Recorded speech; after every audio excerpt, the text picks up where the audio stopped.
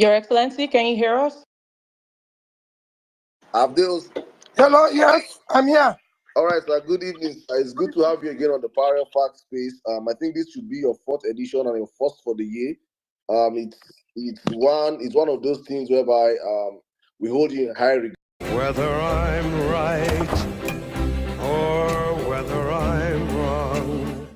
And today's space is actually going to be a very interesting one because a whole lot of people have questions to ask you. I myself inclusive. But it promises to be an entertaining one, and hopefully, please, sir, if you could make a tweet for us, let people know that yes, you're actually on the space, but you cannot join with your handle. It will go a long way also in getting more people into the conversation. But right now, I have amazing Nigerians from. Thank you, Saddam. Okay, you're welcome, sir. You have amazing Nigerians here with you. Let me start. Go on, sir, please. By very, very, very, very sincerely apologizing for the late start of this engagement.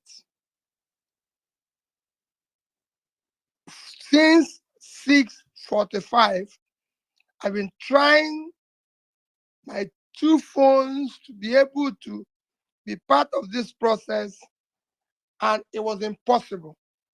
Everybody around me here know how much we tried and all that.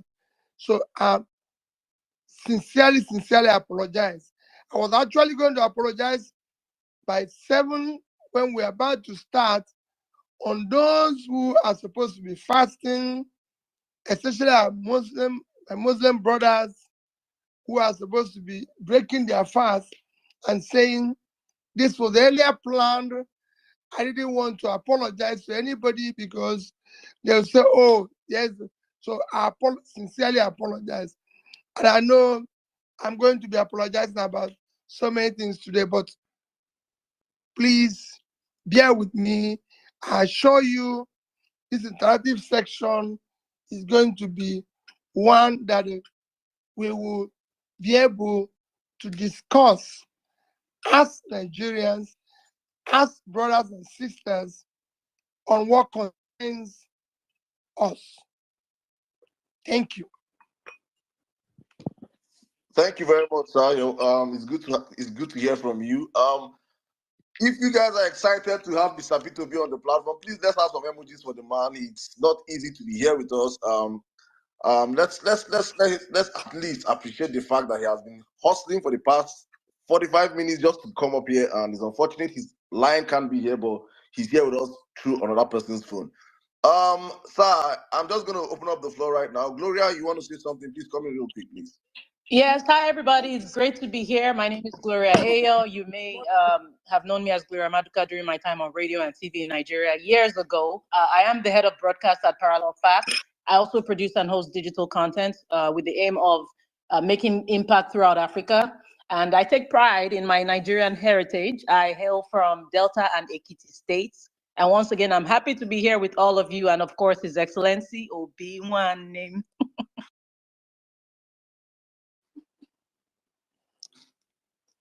Thank you, Gloria. My pleasure, sir.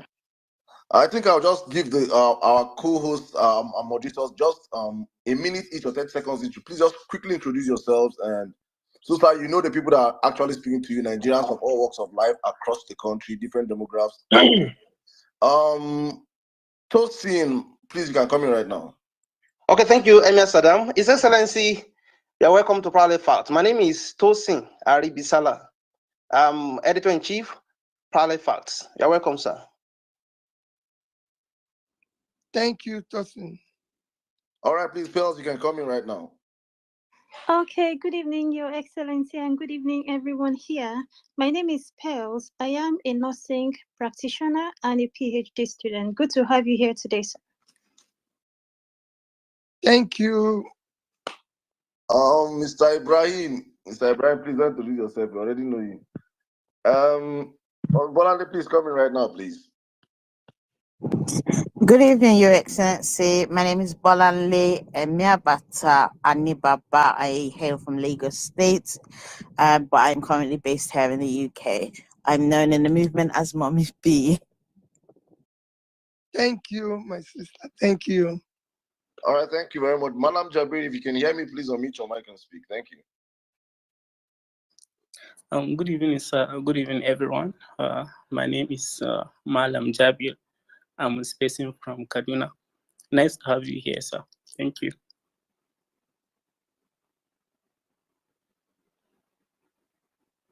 Sir, did you hear Malam Jabir? No.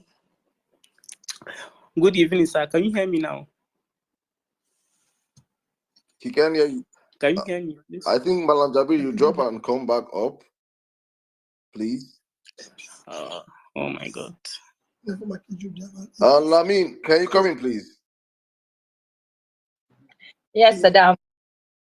My rock, Your Excellency, my name is Lamin Kolos, and I am from Niger State, your beloved Niger State, although I live in Abuja. Can you hear me? And welcome to Parallel Facts. Thank you. Well-meaning, please, you can come in right now. Yeah. Thank you very much, Saddam. Yeah, thank you.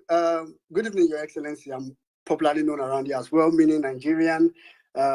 Thanks for coming around again, and it's good to have you. Yeah, I'm from Edo State through and through. Thank you. All right. Thank you very much. So I think these are the moderators for now. We'll be opening the floor for every other person to come up and ask you questions as the space go on. But for now, we would like to start taking questions real quick because we have gone past over 44 minutes past our time. It's important we start up the space. So please, guys, I'll indulge every one of you on the platform. Please retweet the space, share the space. Many people won't see or know that Mr. Peter Obi is here because he's not speaking from his handle because his handle has been massively attacked and we cannot get him right now to speak from his handle. But he is on the platform with us right now. So we're going to open up the floor right now with questions. I just want to go straight first. I don't know if you have been following what has been going on. We have been following in your moves across the country. I would just want you to just quickly, if possible, as short as possible, just give us the reasons for why you have been touring the country. People say this is post. Some say you're campaigning. Some say you're doing early campaign. Some they say a whole lot of stuff. We have read a whole lot of stuff, but we see you going across the country doing projects. It's very, very unusual actually for Nigerians to see politicians. So I would just like you to give us a very brief, recap of what you're doing, actually why you're doing what you're doing right now. Thank you. Well, thank you, Salam, for that intro. For me, politics and being part of building a better society is not only when you are in office. It's something you do in and out of office. It's something you do regularly. Unfortunately, we live in a country where politics is transactional, so it's for any election. After elections, everybody disappears. Everybody either joins those who have won and start sharing whatever there is there to share. So doing something that is supposed to be a life, somebody who say is a politician or a public servant becomes something that is novel or is something that is unique. But this is how politicians live everywhere, all over the world. I'm not campaigning. There's no election. I'm not campaigning. I've been doing things like this before I got involved in politics. People know that. And those who are close to me know that I used to say it. I've even said it in one of the spaces that as governor, for example, that Saddam, when there was earthquake in Haiti, I went and took permission from the president. I went to Haiti. When I was in my private, call it private life, I visited so many places where there's problems. And I've been able to support so many things before I got involved in public life. And that is what I'm continuing to do. And in Nigeria, especially now, with all the difficulties that are all over the place, I find myself engaged and committed in going around, being able, like this fasting period, interacting with Muslim brothers, learning and everything. So that's basically what I'm doing. All right, thank you very much. I think that is clear. Let me come to you, Gloria, right now. Gloria, please, do you have a question for Mr. Pio? Please take it from here. Thank you very much, Saddam.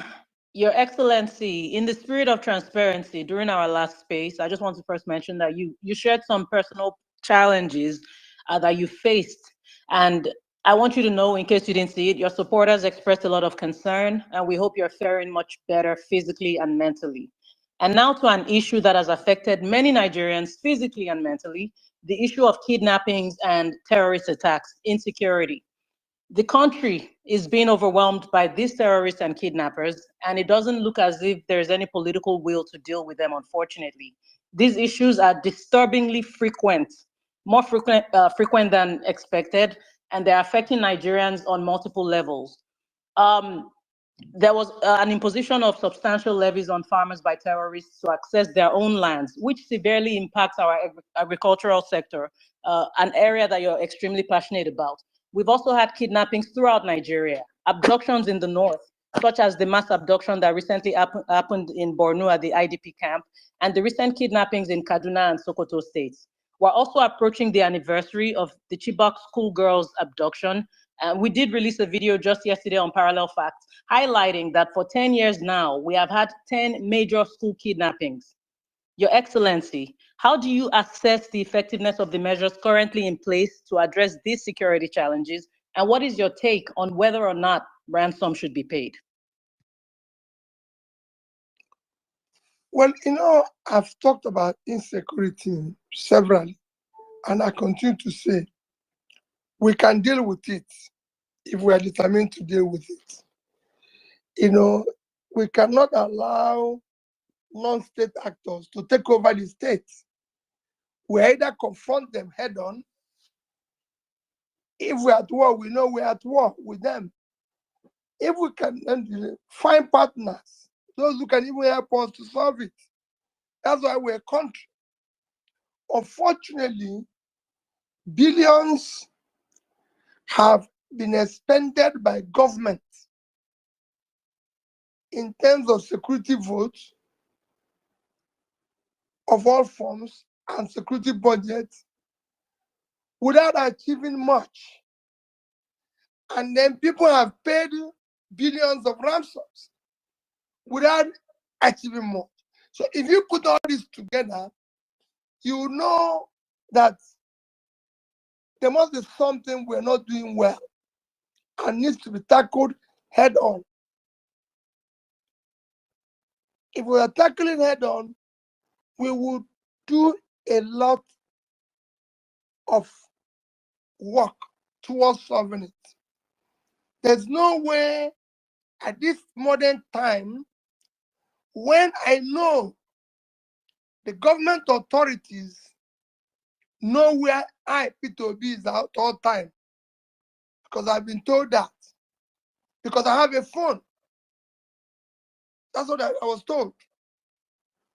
Now the same system can see somebody come with the buses and carry 200 and something kids.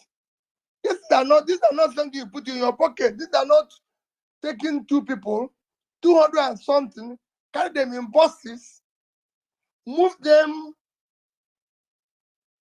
several kilometers away without anybody stopping them. But yet, if a normal Nigerian is traveling, you see checks all over the place. These people are not moved in the bush. You can even see some where they move them within 2 days. They have special uniforms and shoes to match them. And they are phoning and asking for ransom and no tracking system at this time and age. Something is happening and nobody knows. Same thing I keep saying about issue of oil theft. These are not things you put in your pocket. So this kidnapping, this organized criminality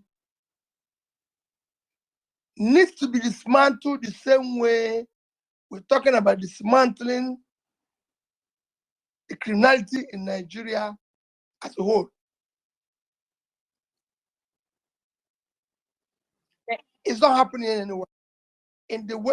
Even in West African sub-region, not in Africa, it's only in Nigeria. And it cannot be stopped. Something is definitely not adding up. And we need to deal with it. And that is where I'm concerned that we started this journey preaching for a new Nigeria where things can be done differently. Thank you very much, Your Excellency. Go on, Saddam. Thank you very much, Your Excellency. Thank you. I think we'll go on next to Tosin. Tosin, please, your question for His Excellency. Okay, Saddam, thank you for that. His Excellency, recently, the Abia State Governor, Alex Oti, cancelled pension for ex-Abia governors and subsequent ones. However, a state like Lagos State said that is never their priority. The question now is, if you were the president, would you have advocated this law for all states in Nigeria, especially considering the hardship that is ravaging the country? Tosin, I've argued against this. I've publicly, privately, as governor, I argued against it. When I left, I argued against it. The reason why I argue against it is that, again, like you said, we're owing those who have worked hard over the years their own pension and gratuity across the country. You won't believe it. There's people who are being paid today as little as 5,000 as their pension. This happened to me in the past 1 month. I met somebody who collected his pension and it was 5,000 plus. He said even to vehicle to go and collect it, to transport to go and collect it and come back, he will not pay it. So when you have such a situation, and then you have those of us who are politicians who have cornered all the resources while we were in office, and then leaving office, being paid huge amount. I give an example of my own case. When I was living in Anambra State, because every state, other state has it, they brought it to me, it was a law already passed through the house and everything, authorizing that they build a house for me in Oka, build a house for me in Abuja or Lagos, as I choose. I have to have similar vehicles as the sovereign governor, and it will be changed every 2 or 3 years. I have to have security people attached to me, about several of them, cooks, house helps, everything. And I said, no, this cannot happen. Remember that I just cleared the gratuity and pension of everybody here. So forget this. It won't happen. My speaker then, or colleagues then, argued that since I'm saving money, I should take 10%. Let them pass a new law that says you take 10% of anything you save. I said, no, it won't happen. Then I was thinking that somebody will come after me and maybe save since I saved $150 million and 30 billion naira, that somebody might come and save maybe $1 billion and say it's 10%, you will take 100 million. That was my thinking then. I didn't even know that the one I saved I not stay after I've left. So that was my thinking then. I must tell you the reasoning why I said no to that one. So I said no to it. The consequence is that till today, Anambra has not bought me a bottle of pure water, a sachet of pure water. And I don't think they're doing for other people.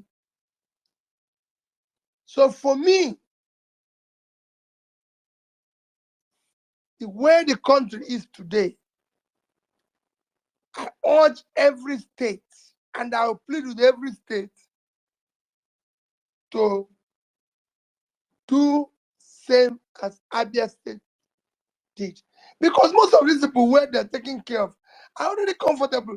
In fact, they've already belonged to the 1% of Nigeria, because 1% of Nigerian citizens are controlling almost 75% of the wealth. So you need to stop that. We appreciate that answer. Thank you so much, Your Excellency. Mommy Bolanle, are you ready for us? And while we get ready for her, please keep retweeting this space. Please keep retweeting hashtag Peter Obi on Parallel Facts. We must be #1 globally. We can do it. Go ahead, Mommy Bolanle. Your Excellency, thank you for your answers so far. Sir, recently we celebrated World Water Day.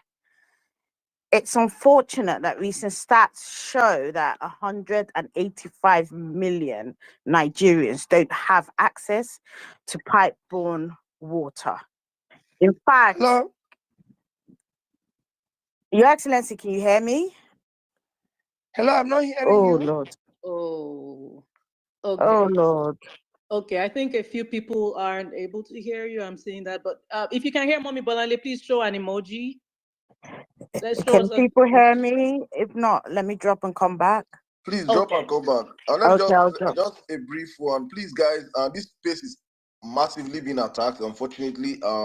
I don't know people that don't want His Excellency to speak to Nigerians. So just in case the space crashes, we will have to come back again. It's the glitches here we're experiencing from here is crazy. We just have to see how far we can go. But please, guys, just know if the space go down, we'll be back up again. It's unfortunate what we are facing right now, but we have to see the end of this space. Thank you. And also, please, you can stream the space it's being streamed on YouTube and on Facebook. If you go on the Jumbotron right now, you can see the links to the YouTube and the Facebook. Please, for your family and friends that are not on Twitter, they can join this conversation across these two other platforms. All right, let me go back to you, Gloria. Thank you. Thank you so much, Sir Dam. And while we wait on Mommy Bolanle to come back up, let's see. Malam Jaber, are you ready? Yes, can you hear me, please? Your Excellency, can you hear Malam Jabir? Hello? Your Excellency? Your Excellency, can you hear us? If you can hear me, if anybody else can hear me, please let me see, indicate with an emoji. Okay, fantastic. Your Excellency, can you hear us? Oh, Your Excellency, can you hear me?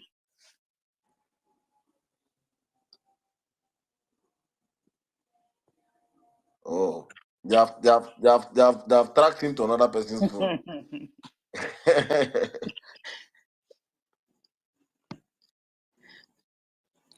Okay, we're gonna bring His Excellency back up, guys. This space is going to hold. Can you hear us, sir?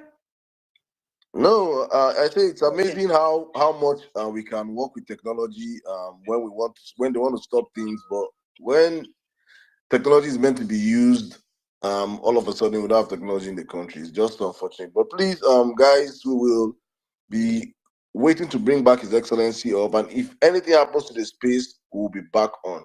But so far, so good. Gloria, what's your take on the space? I'm enjoying myself so far, regardless of whatever the challenges are. Guys, this space must keep going. Keep retweeting.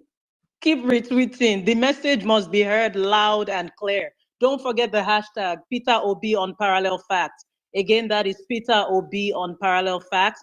We're also on YouTube. We're also on Facebook. We're here to make impact. Hope you have your notes and your pen and you're taking notes. We're all here in school today and we're learning, courtesy of His Excellency. Whatever happens, I promise you this space will continue. If God forbid it crashes, it will continue. We will hold this space today and nothing is going to stop it. If you are with me, let me see an emoji.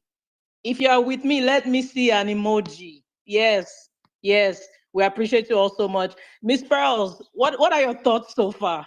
I'm sure you're used to things like this. You've coordinated a lot of spaces. What are your thoughts so far? Absolutely, Gloria, for them to be attacking this space, it shows we are doing the right thing. So if this space crashes, God forbid, like you said, we will open another one. If that one crashes, we open another one.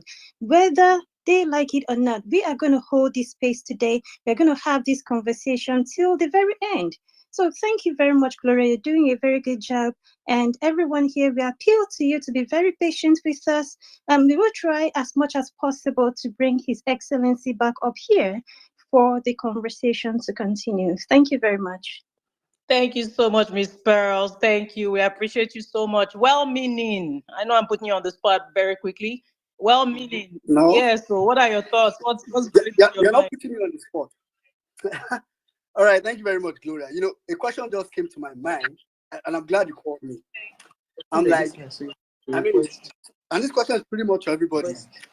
If you are part of the structure of criminality, Hello? don't you think? Okay, Peter. Yes. Yes.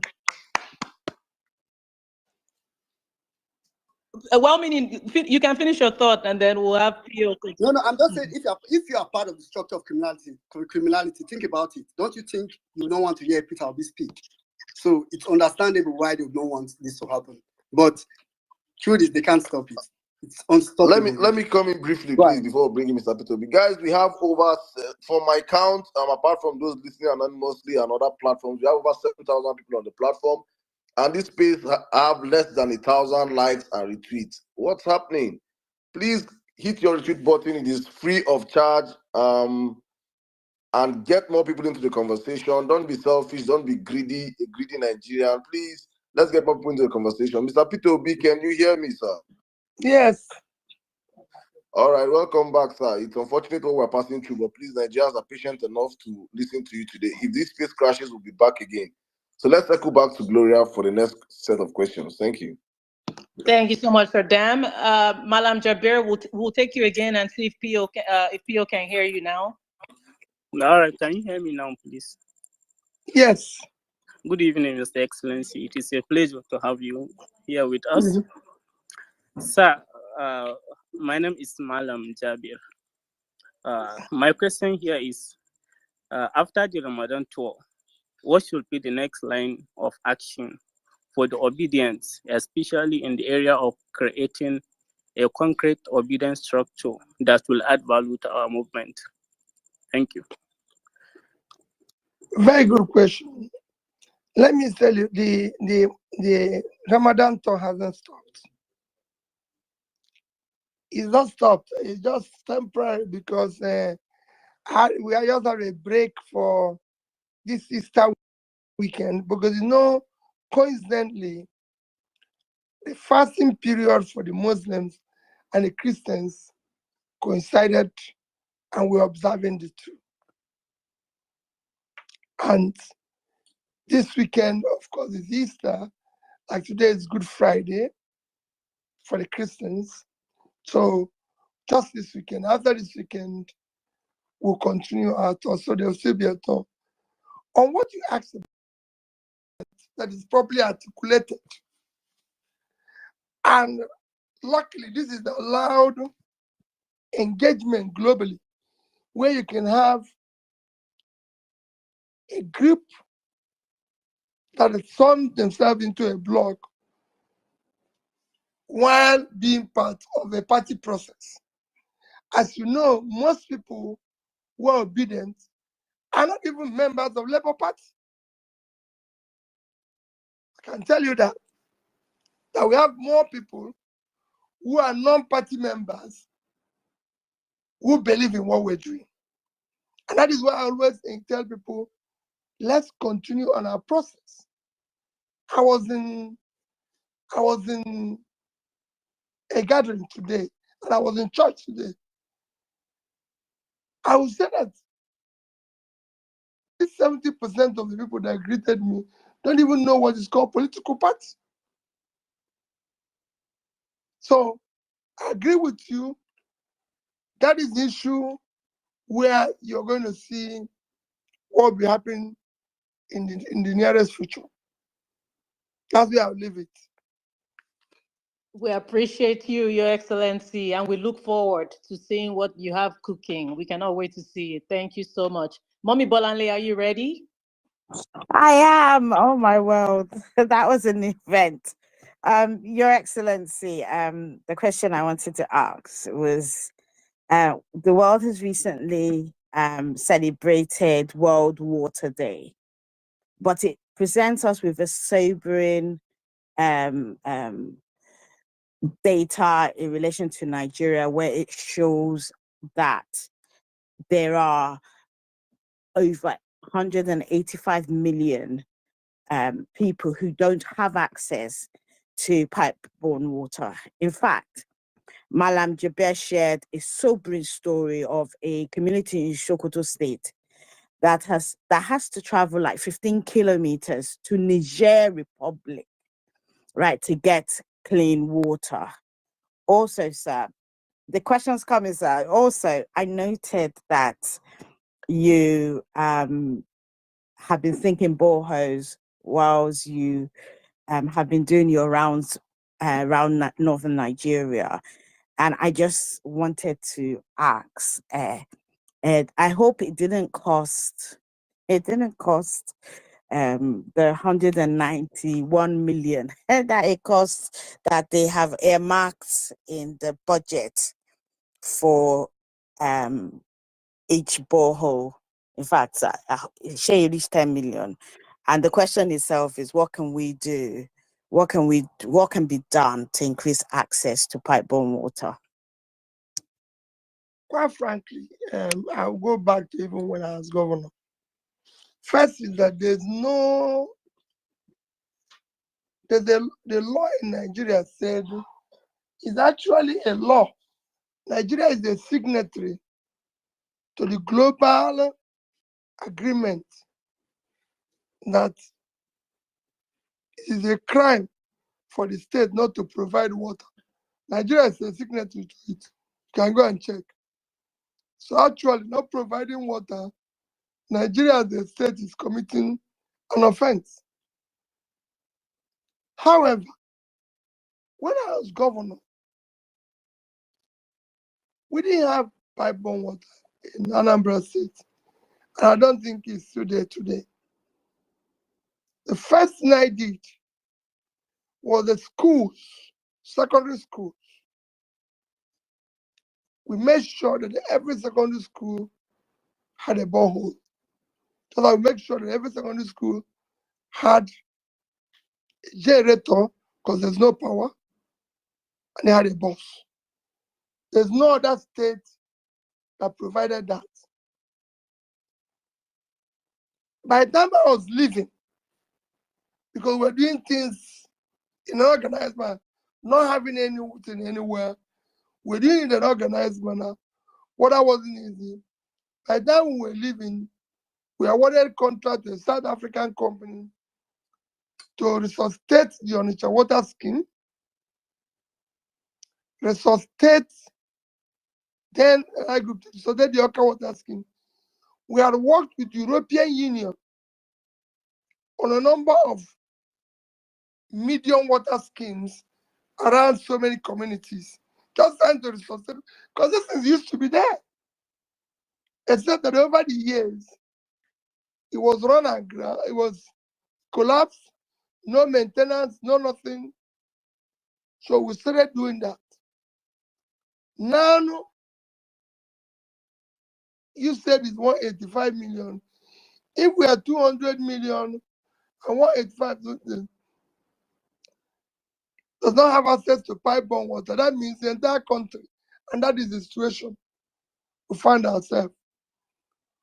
Now, for me, it's something that cannot be achieved overnight. I see some state governors trying to do something, and I urge them to continue sincerely their business. As for what I'm doing in the north, I believe that government would have done better. In terms of the cost, I don't think I've been able to, I've done any that cost me more than 5 million naira. So the cost for me is still about that, is below 5 million naira. Maybe those who are using 191 million are doing a special water system, because that's what you need for a medium town water system. If it's borehole, I don't think it will cost more than 10 million naira. Thank you so much for breaking it down for us, Your Excellency. We appreciate that response. Miss Pearls, are you ready with your question? Absolutely, Gloria. So, Your Excellency, once again, the national grid has collapsed, and Nigerians across the country has been plunged into darkness. I remember before the elections, they went to Egypt to seek solutions because you know there is a key of development. Yet till now in Nigeria, right? So, Your Excellency, do you think Governor Oti's approach in providing 24 hours electricity in Abia should be replicated? And if you think so, what role do you think the federal government should play in achieving this? Well, let me correct something because it's good that you correct it, but he had a lot of this thing. What happened in Abia is an ongoing project that had been on for several years, initiated by a first-class Nigerian, Professor Bat Naji, who is a professor, I think, of robotics in America. Very excellent fellow, who actually came several years ago trying to be involved in solving power, knowing fully well that the only way to solve power problem is to do captive, something you can call captive power supply. Taking an area and trying to generate and distribute power within that area. So he chose Aba. This was as far back as 2010 or thereabout. I don't know, but I know it's been going on for years because I followed that project. Coincidentally, while Alex Oti was in the bank, in Diamond Bank, because Diamond Bank was the main lender to Professor Naji and his team. Oti, while he was CEO of Diamond Bank, helped to restructure that loan. That loan was before Oti joined the bank, and while Oti was there, he helped to restructure it. And again, when he became governor, he helped to accelerate it to come to his fruition. So now that facility is on. Yes, similar thing is what government needs to support. But overall, providing power is not rocket science. Countries after countries. Luckily, the countries that have been able to do massive improvement in power in the past 10 years are all developing countries. So it's a lesson One is India, Vietnam, and Egypt. All these were countries that have similar trajectory as us. And all of them, within the past 10 years, you can go and follow do it, have been able to double or triple their power generation and distribution. And what they did can be replicated here with effortless ease. In fact, Egypt, as I talk, is an exporting power to Europe. They moved from about 20 to almost 50 when all they need is about 40,000. So it's something that is doable. The Nigeria cannot generate more than generate and distribute. Because at times people who are generating say they're generating more, but distribution is the P.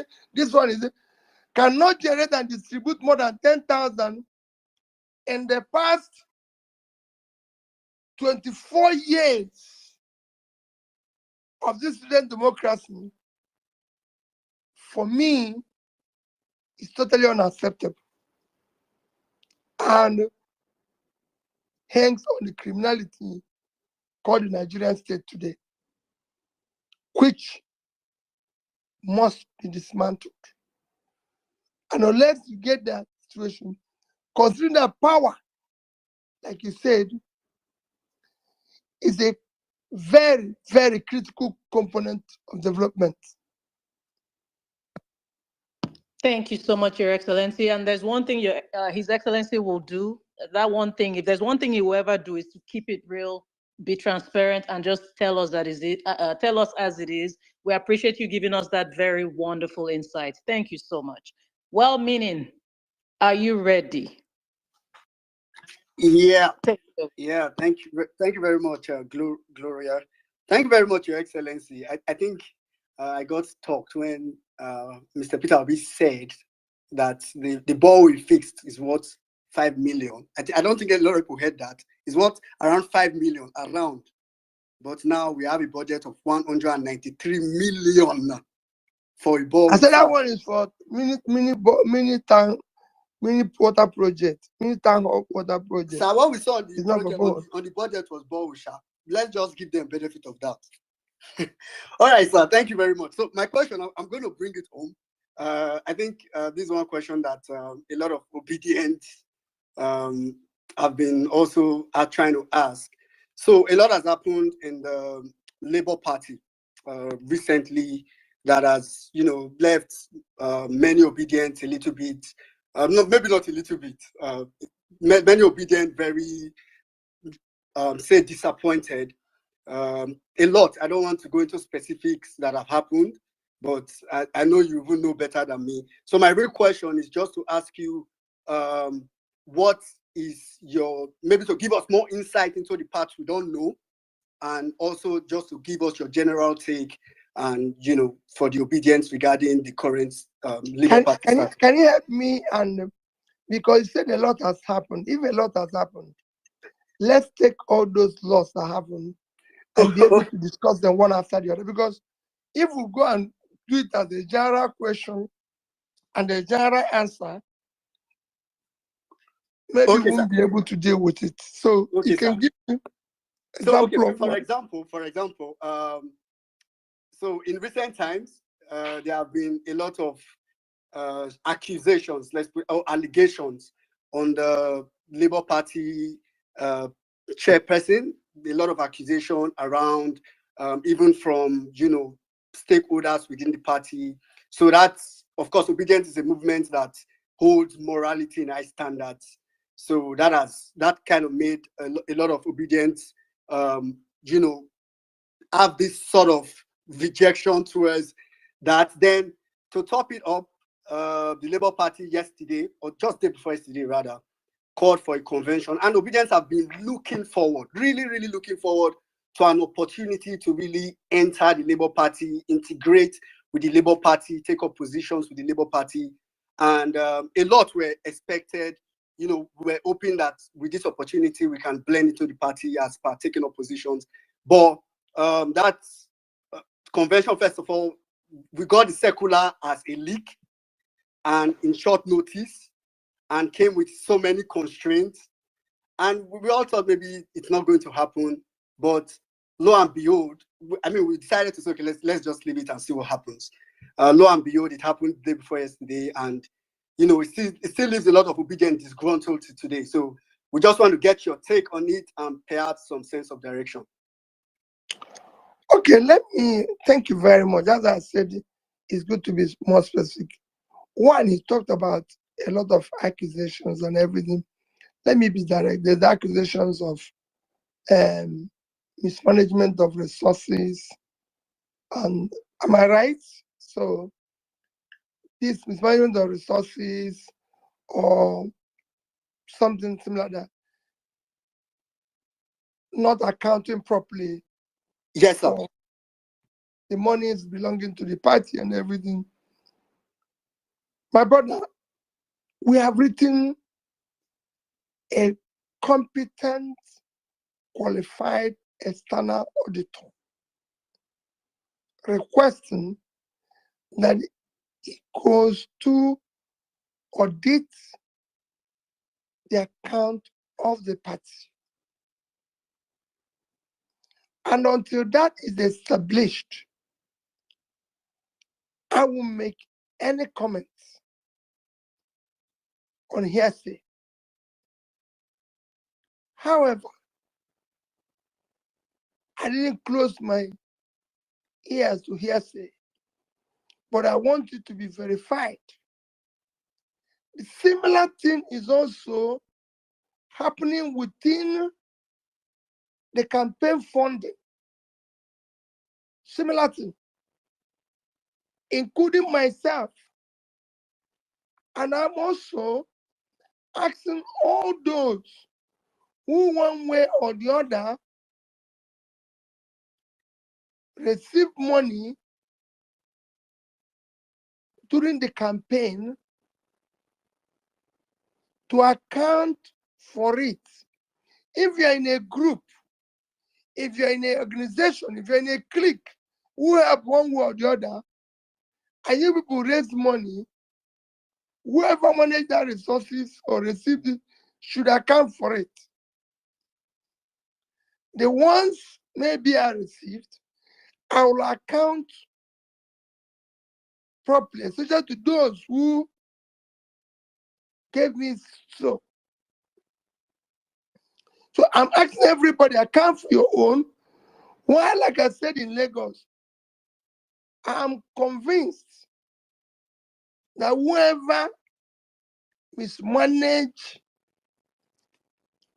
the campaign money people gave us to use for purposes of the campaign and what we promised we'll do for Nigeria, even if we are not able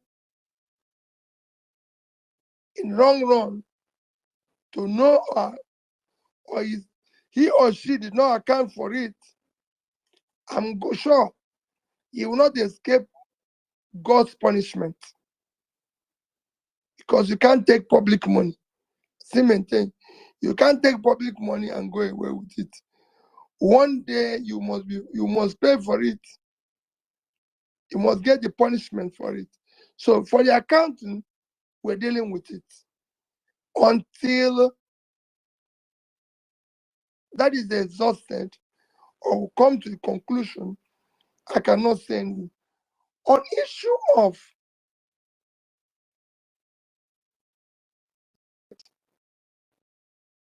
and the convention, I had a convention and I've said it everywhere. The convention, when chairman approached me about the convention, I appealed to him to consult all stakeholders, starting from Governor, Vice President Dati, to senators, House members, Pat Tommy and the Big Tent.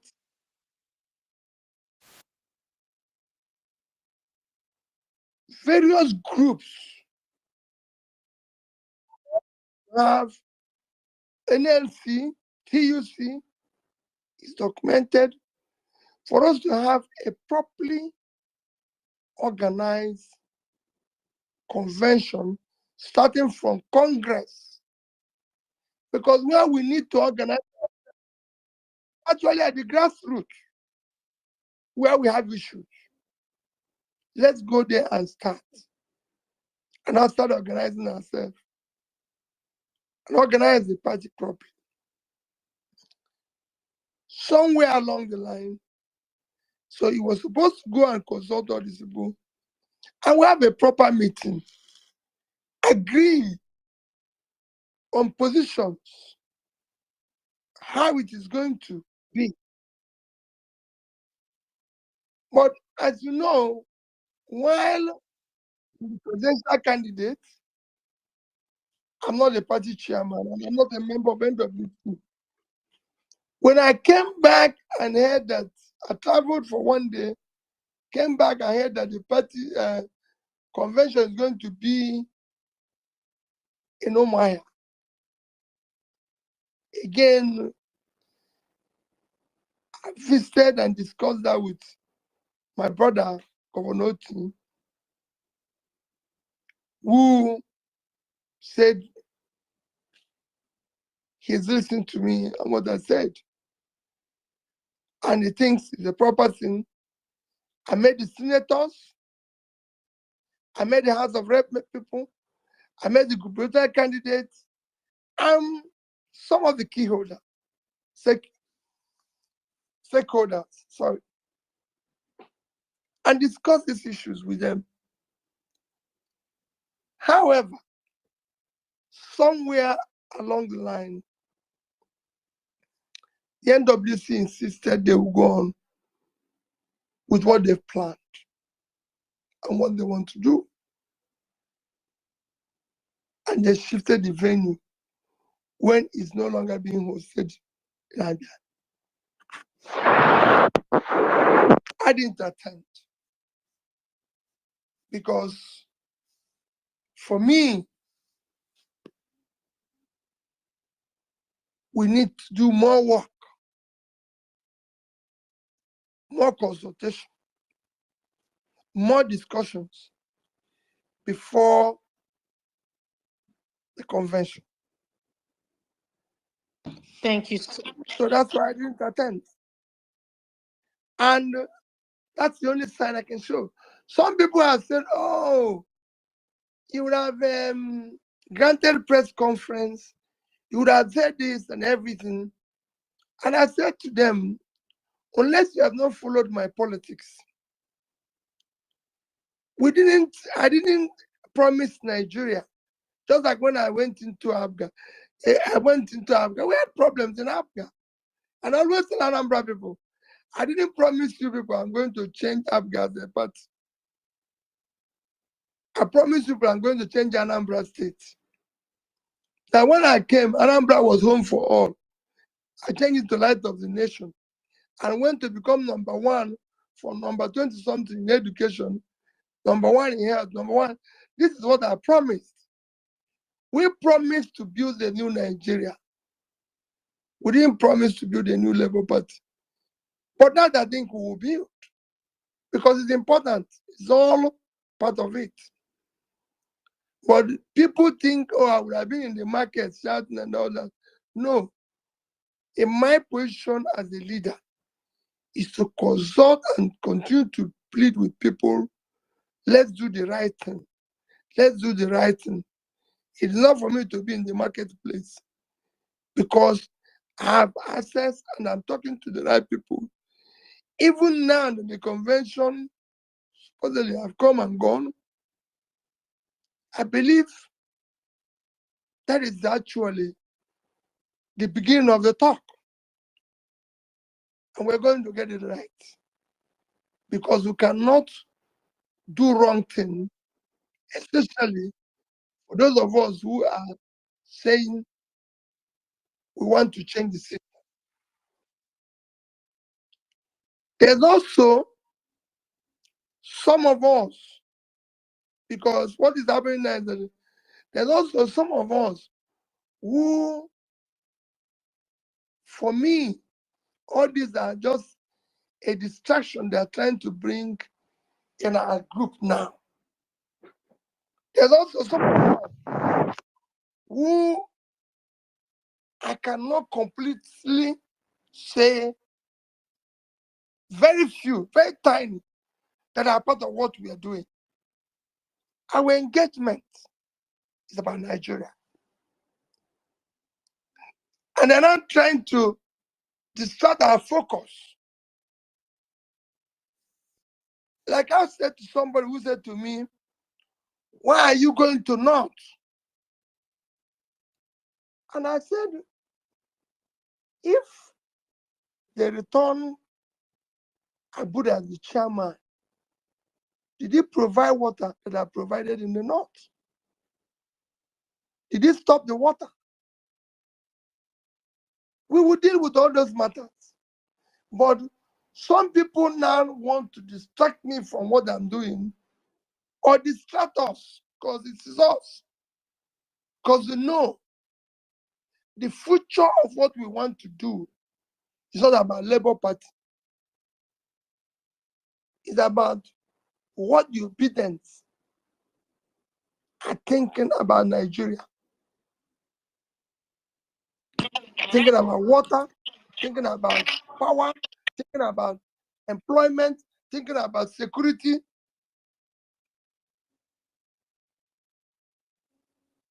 That is what we should remain on. The other matter we will deal with. Some are saying, oh, if we cannot deal with party, how can we govern Nigeria? If you cannot resolve party, if you cannot resolve this, it shows that this thing, in fact, you're not serious. I said to them, we were somewhere when we cannot change them, we changed ourselves. We didn't start with Labour. So we will try to change them. Go and read, I'm a Christian. And I said to them, Jesus said when you go into a town, trying to change them, preach them, stay with them, fast with them.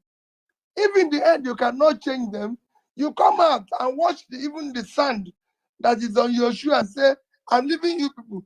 He didn't say go there and die with them.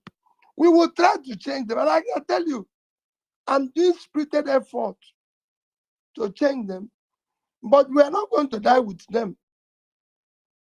We're going to change them. But let nobody think that will not stop what we set out to do. What we set out to do, we must continue. And that's where I am. Thank you. All right, thank you very much, sir. Gloria, just a second, please. Thank you, guys. Please, in case you're just joining us, you're listening to the voice of Mr. Peter Obi, His Excellency, the former governor of Anambra State and the Labour Party and presidential candidate. He's live with us on the platform. Please, this space is brought to you courtesy of Parallel Facts Media, the fastest growing online mainstream media, strictly for facts-based news. Please, you can follow us on Instagram at the Parallel Facts, on YouTube channel at Parallel Facts, on Facebook at Parallel Facts, and also on our handle here on Twitter. We keep having these spaces engaging on His Excellency and other well-meaning Nigerians in due time. So please, you can share the space, you can like the space, you can retweet the space. We're having an interesting conversation here. I am enjoying every bit of it. So please, we see all your. We'll be bringing up questions from the all the questions I've been asking here so far are questions collated from Nigerians that asked their questions. But we'll be bringing up questions from the comment section in the next couple of questions coming up. But Gloria, I don't know who's going to ask next. Back to you, please. Thank you so much, Saddam. Lamine, are you ready for us with your question? Hi, Gloria. Yes, I was born ready for today. Thank you. Your Excellency, for being part of this very engaging conversation, and thank you for joining us on Parallel Facts. My question goes thus: what's your relation? I really would like to know what your relationship is with the LP legislators. I mean, in House of Rep and Senate, because I have observed that since they won the election under the wing of Labour Party, they've not sponsored any bill. We don't see them speaking against the misgiving happening in the legislature or even in the country as a whole. And they won an election under your wing. And it's, I mean, to be honest, it's quite disappointing that nothing really is coming from their own end and they're not engaging. So that's my question for you. My dear, you know, like I said, what we're doing is a process, an ongoing process. You know, and I agree with you. I'm very close to them. Earlier I said I interacted with them over this party issue. I met with the senators, even though 3 was not around. I met with 5. I met with House of Representative members. Out of 36 of them, I think I met 30 of them. So I'm quite close to them. I do get on with them very well. In fact, I'm going to Thanksgiving of one of them tomorrow. So I do get on well with them. I don't have any issue with them. And quite frankly, I enjoy their relationship, their respect, as well as or not. But what you continue to do when you are bringing a change is to continue to preach. Just like you did now, I'm preaching and appealing to them. It is not an easy thing. You know, when you're bringing change, it is not easy because you have for enemy all those who live off the old order and they're not sure whether you succeed. And transferring people from old order to new one. So I'm talking to them. They're beginning, they do little things. Some of them are operating under difficult circumstances. They aren't even allowing them to do anything. Because when you are in these houses, you can raise your hand and nobody will ask you question. Sorry, nobody will ask you to speak. So, and as you're talking now, it's good when I listen to you. Whenever I have opportunity of meeting them, I'll tell them the same thing. People are not happy with you people. People are not happy with this and everything. And then going forward, we will now start looking also, how do we get more robust, committed people to be elected.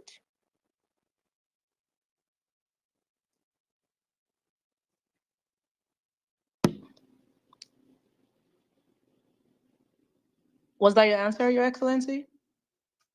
Yes, we're just trying to, we'll continue to engage them. Thank you so much, Your Excellency. We appreciate that. And we want to emphasize that this space is not just an obedient space. We welcome everyone.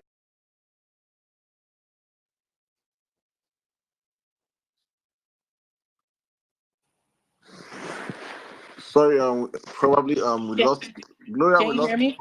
We lost you for a minute, so please. Okay. Yeah, sorry about that. I was just saying this space is not just an obedient space.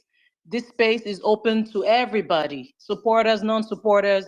Please feel free to even request the microphone. We will happily take your questions. You can drop a question in the comments as well. Just remember to keep it respectful. That's all we ask you. So if you come up here and you ask a question, just keep it respectful. And please, let's all go on and keep retweeting this space. The hashtag for all your questions. The hashtag is hashtag Peter Obi on parallel facts. Hashtag Peter Obi on parallel facts. And even if you don't have a question, put the hashtag anyway. We have to keep making our moves. Saddam, are you ready with your second question? Okay, Saddam is extremely busy behind the scenes. Okay, are you ready, Saddam? Or do you want me to come back to you later? Please take someone else, please. I'll be back. Okay, I'll go. Your Excellency, I am very happy that you did talk about how there's hardly any political party without its issues. We've seen it we've seen it in the United States, even Senegal, that the world is celebrating today. Ousmane Sonko's party, Patriots of Senegal, has had a lot of infighting within it. And they were still able, regardless of that, to make history by electing the youngest democratic president in Africa's political history, Bassirou Diomaye Faye. This is proof of the power of the people's voices. We've not heard of reports of controversies or instances of bribery during this win for Faye. And you have consistently expressed your belief that Nigeria is salvageable, contrary to what some may think. And this was evidenced in your challenge of the elections last year, even up to the Supreme Court level. Now, given Senegal's example, do you believe that Nigeria has the potential for similar transformation and renewal? And what lessons can Nigeria draw from this experience and even Africa as a whole, Your Excellency? Well, very easily for what happened in Senegal, it's a very simple thing. It showed the power of the people. The people must resist. The people are the ones suffering. Those who manipulated or who manipulated and who are still manipulating the Nigerian situation today are not the ones suffering. When we say that 185 million Nigerians does not have access to pipe-borne water, the politicians don't belong to that 185 million. And these politicians we're talking is not up to 5 million. So they are, if you say today, Nigeria is 200 million, no, we're more than 200 million.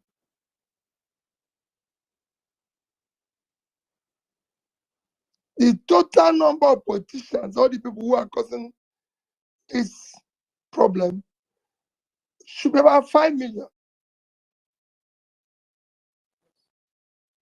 About 5 million. So you're talking about 0.25%, 0.025% of the population. It's not even up to 5% of the population.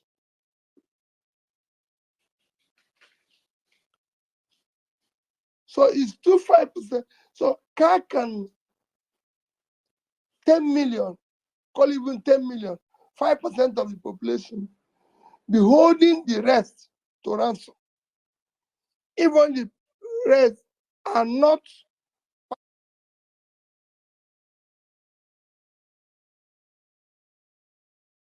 That's what happened in Senegal. The people say no. It is not Sonko or the elected president that said no. It is the people. Because it's the people that are suffering. Today, Nigerians are borrowing money to eat. This I'm talking about those who have jobs. They're borrowing money to add to their pay pocket to be able to eat. Not to do anything, just to feed themselves. So the cost of bread, nobody buys it cheaper. The rich can buy it, the poor can't. Fuel, power. You said there's no access to power. The rich have generators. Some have two. The poor is suffering. So it is time for Nigerians to be able to say no to this criminality. And I'm sure that will happen very soon. That was very reassuring. Thank you so much, Your Excellency. Saddam, are you ready to go? Right. Very much, Gloria. Thank you, guys. Thank you, Your Excellency.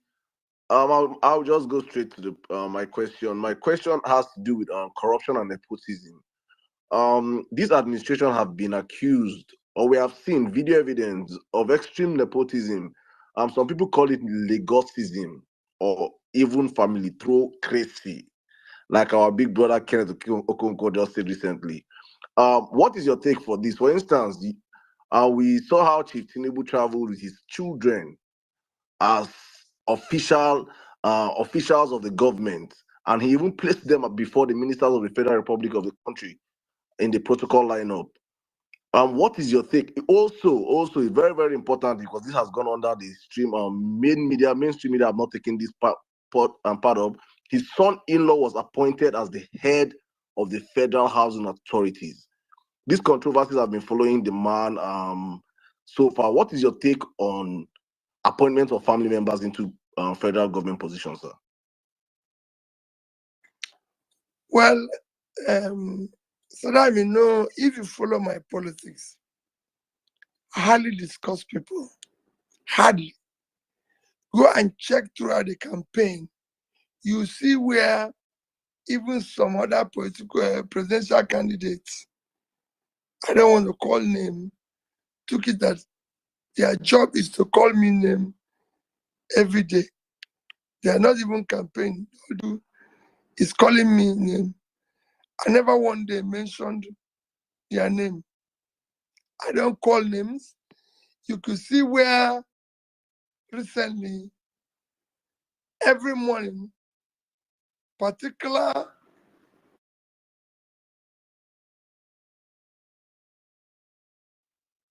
if I tweet that, oh, my wife did not wake up, slept late today, they will reply me. Their job is just me. I don't, because I don't believe in it. But I can tell you, Saddam, hello? I can hear you, sir. Go on, please. Okay. I can tell you, Saddam, all you mentioned is wrong. It is part of what we need to change today, because we can't go on with such thing. It shouldn't be. This is a country,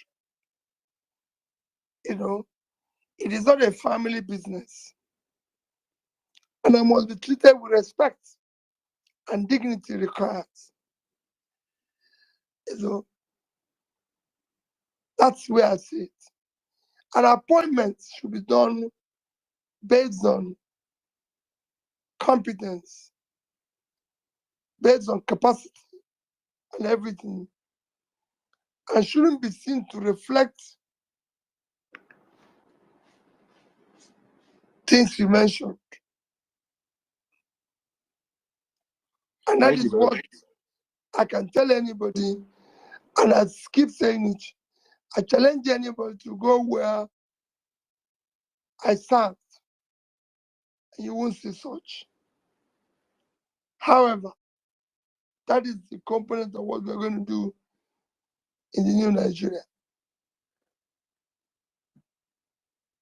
Thank you very much, sir. Gloria, back to you. Thank you, Saddam. Tosin, are you ready with your question? Yes, thank you, Gloria. His Excellency, my question revolves around the Binance executives accused of financing terrorism in Nigeria. The federal government told Nigerians that one of them mysteriously escaped from a well-secured prison in Nigeria, and some have described this as an indictment on our security. Your Excellency, please, what's your take? Well, again, you have actually answered it is an indictment on our security system. But I'm even wondering how a non-Nigeria was able to leave Nigeria. You know, there's been a lot of speculations of how he left, which to me is very, very, very worrisome, because there's so many Nigerians who are held in similar captivity who couldn't even escape. So I wonder how the foreigner was able to do it.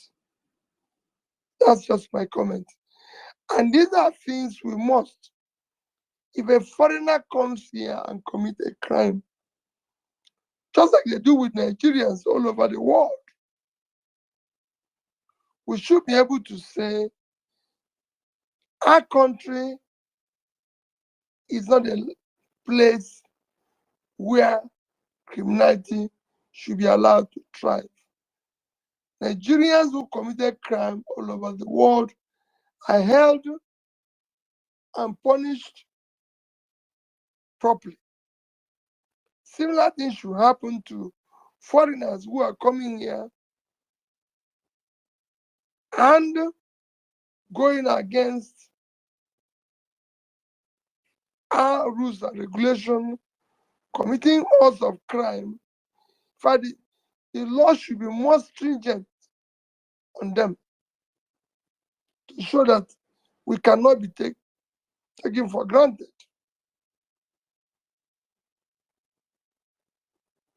Thank you.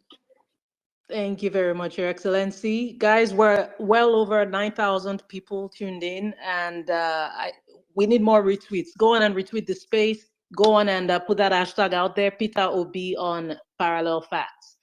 Mommy Bolanle, are you ready? Yes, I am.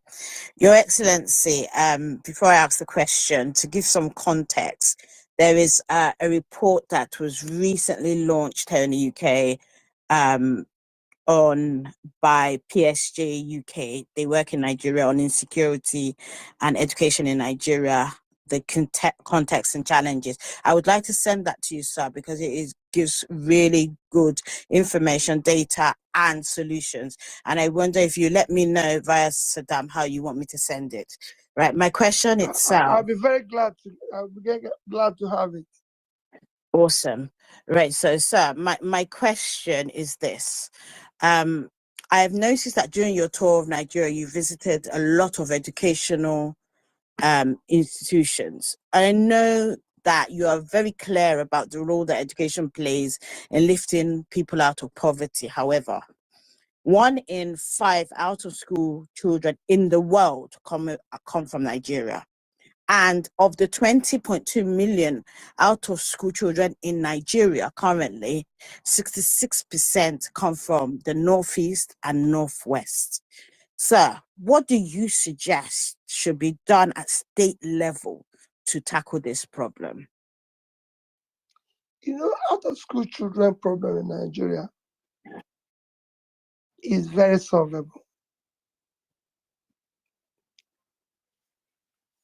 When I say this, I say it with every sense of responsibility. It's because we have not recognized the impact of education on development. You know, in Nigeria, all you need to do if you're in government is to run around, make noise, bribe some people, they help you to make louder noise. You're doing this, you're doing this, you're doing this. But if you're looking for measurable, visible criteria for development, if you're looking for factors that can help your country develop, number one revolves around education, basic education. basic education. And that Nigeria can finance comfortably. Nigeria can finance that comfortably. The schools, just the schools in the north, pulling those kids out of school, which is critical now, because it's those we didn't educate yesterday that's the part of the problem we are facing now. Those we didn't pull out of poverty yesterday is part of the problem we are facing now. So educating the young ones have now become critical.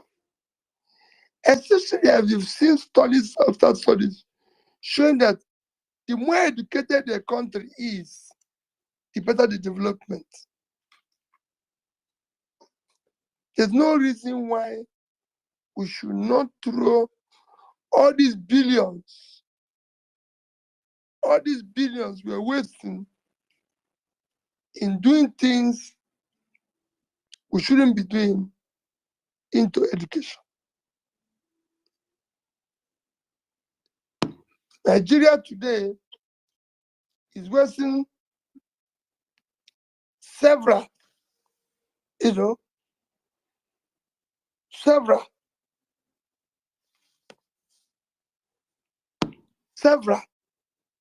resources on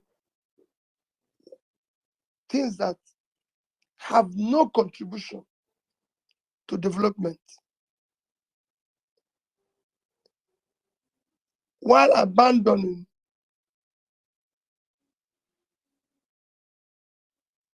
education, abandoning pulling people out of poverty, which is education, abandoning health, which is education.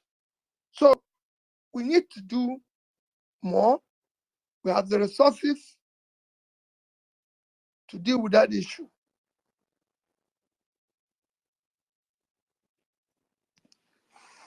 Thank you so much, Your Excellency. And I just want to address something. I'm getting a lot of tweets where people are saying they want to hear other speakers.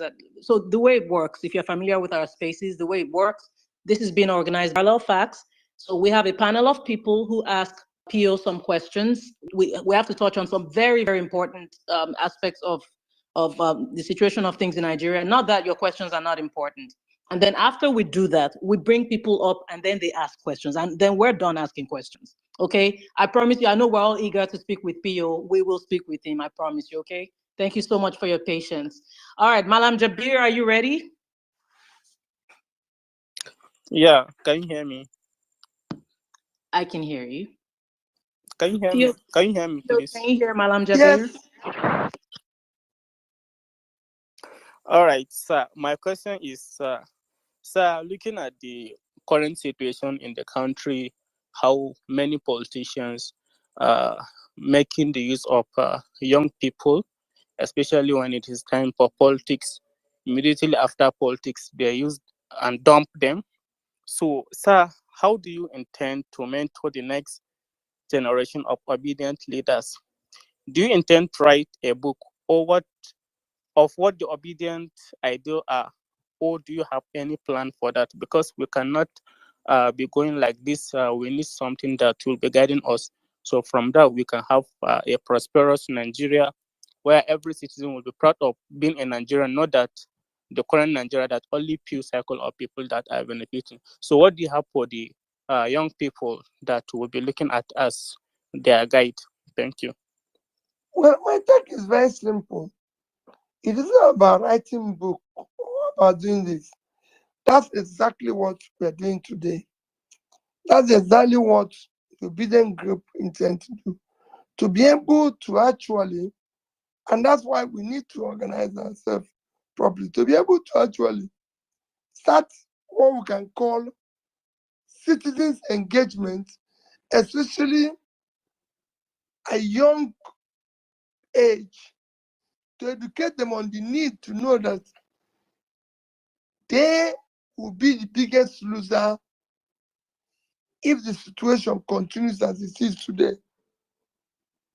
Because those of us who are doing whatever we're doing today are on our way out. Those who are going to lose are you people. If you look at some of the bonds we're issuing today, the monies we're borrowing, they are payable in 2036, 2040, 2045, 2050. We're not going to be there. You are the ones who are going to pay it. So the earlier you stop us, the earlier you do what is necessary to ensure that we have a better leadership than we have today in Nigeria. And I'm not saying any particular government, but have people who, I'm not saying any particular person, have people who overall are doing the right thing. The country today has a vehicle, and that is what you're seeing, whether it's in government, in various political parties. So the nation as a whole, as a country today, as a vehicle, is being driven by past drivers that have since passed their destination.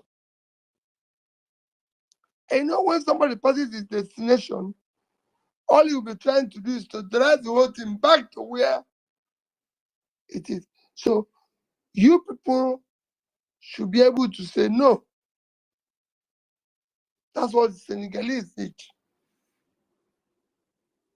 Because you're going to be the greatest loser. Thank you. Thank you so much. Thank you so much, Pio, for that beautiful answer. Again, the hashtag is Peter Obi on Parallel Facts. Again, that hashtag is Peter Obi on Parallel Facts. Are you ready with your question?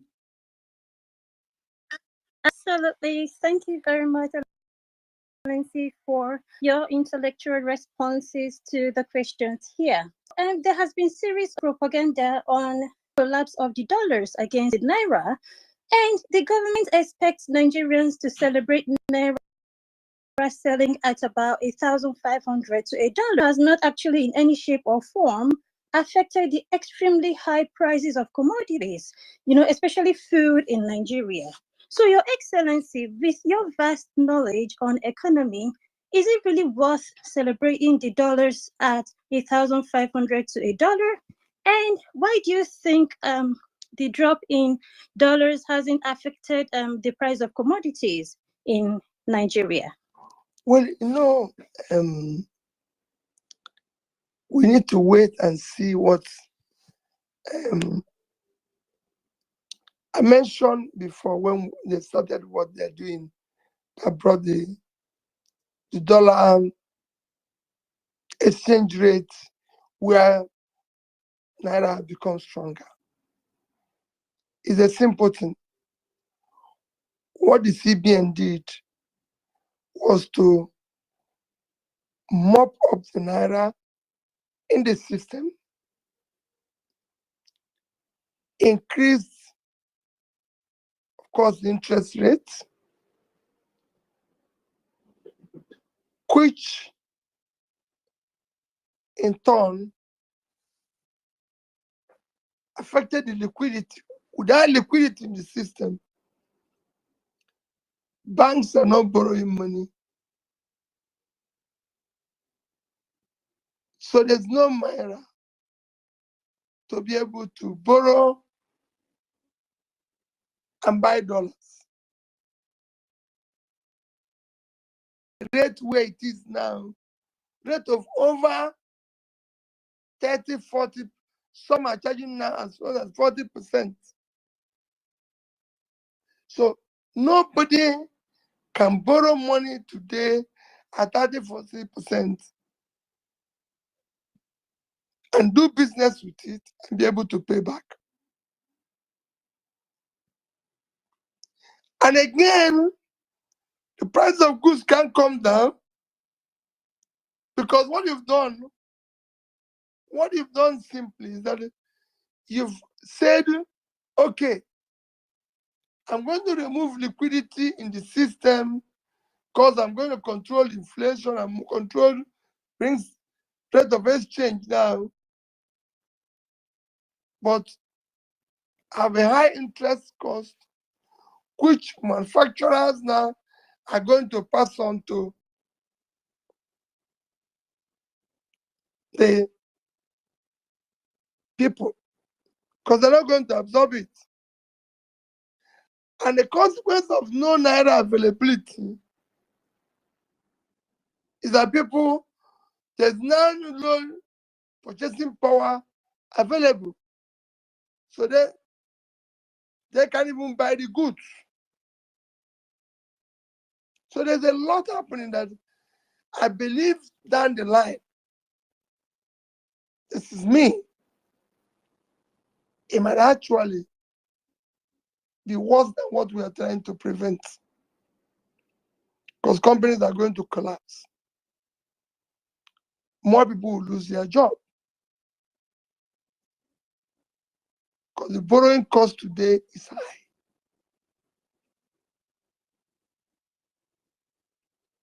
The only way to deal with dollar issue is to find ways of increasing supply. Temporarily, it might require you to borrow. Borrow and finance dollar-related businesses because they're going to borrow and use it maybe through the banking system, through this, to support businesses that can generate more dollars. Be able to go out and deal with your sources of earning foreign currency, like oil. Long-term support production for export. This might work better than what we're doing today. But, in economics, we use all things being equal. We're not starting. But I can tell you, today, things are still tough for Nigerians.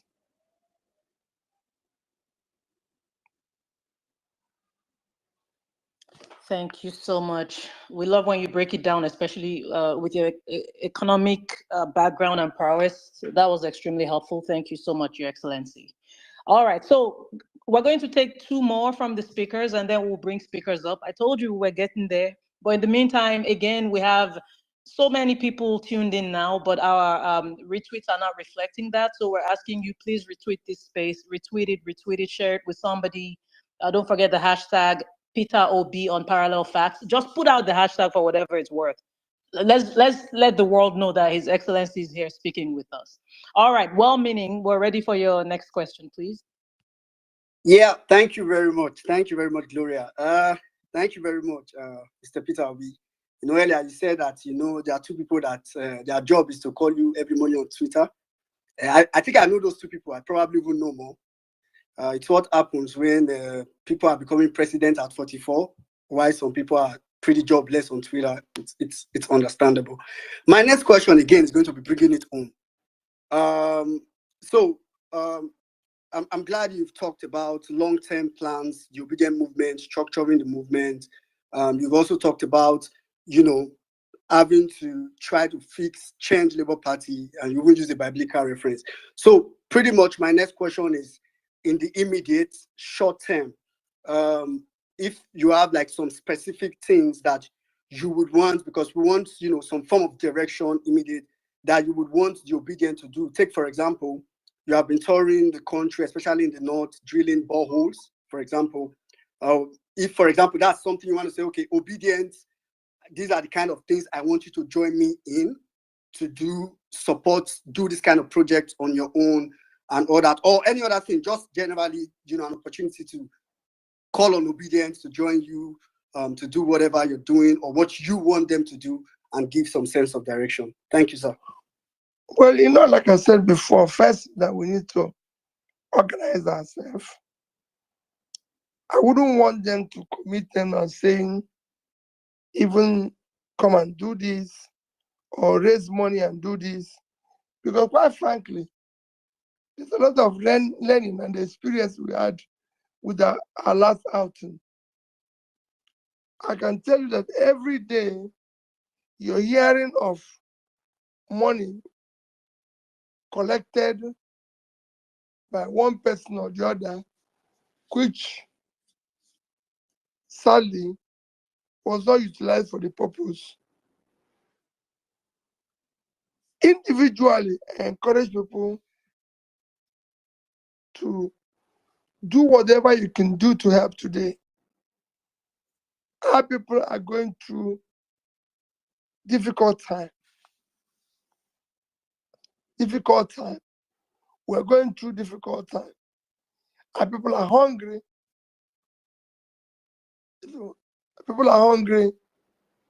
So it is important that anybody who can do anything to help, it will go a long way.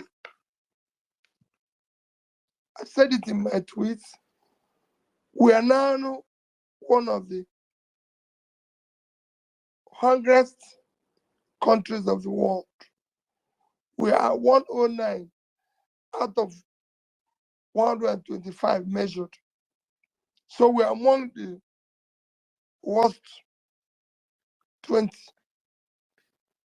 So you can imagine what it is.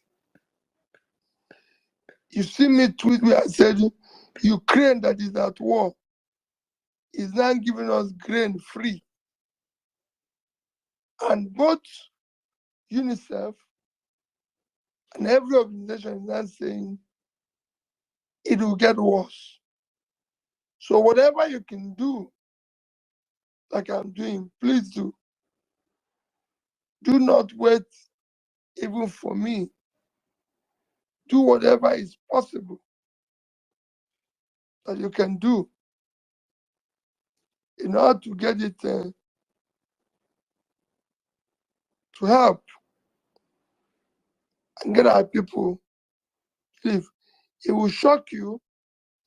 I stop in the street now where they're selling bread and ask question, how much is bread? They say it's 1,000. I pay 10,000 and say, give these people around here one bread. Just as they are sharing it, other 20 will appear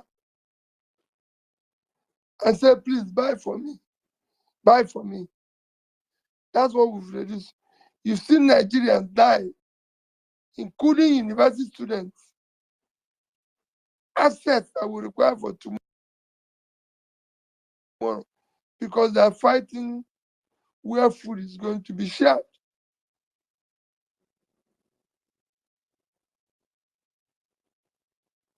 So whatever you can do to help individually, do. Collectively, when we organize ourselves, we will be able to contribute money that will be accountable for a purpose. Thank you. Thank you very much, Your Excellency. Lamine, are you ready with your question, please? So we can start bringing up speakers. Yeah. Good. I Awesome. am ready. Thank you again, Your Excellency, for your patience, for being engaging, and your perseverance. Thank you so much. Okay, this question is quite controversial, but I mean, what are your thoughts on people supporting opposition candidates when there are, credible obedient candidates in LP contesting for positions. An example is what's going on in Edo State, where we have the likes of Olumide contesting for governor of Edo State, and we all know that the man is credible. He's spoken to us on this space before, but you have some obedience saying that they can support PDP and they can support APC if they choose to. So for the likes of us who think that things should not be done that way, I'd like to know your thoughts about that. Okay, let me first make a comment. You know, I've also been accused of not supporting Olumide categorically. Olumide Abana is our candidate. And that is the person I support. Is the candidate of Labour Party. And as of today, I'm still a member of Labour Party. I don't, and I will never do anti-party while I'm the party. If I'm going to do so, I'm going to make it categorically clear. And like you said, he's qualified for the job. Primaries have come and gone. You can have anybody you're supporting. I can have anybody I'm supporting. But that has passed. He is now our candidate. He enjoys my support. And I plead with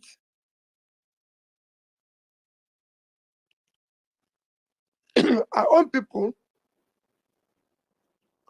to do the same. You know, like I mentioned before, that not all obedience are Labour Party members. Labour Party, we must support him. Those who believe in what we're doing, I urge them to support him. And in the coming days, we will campaign.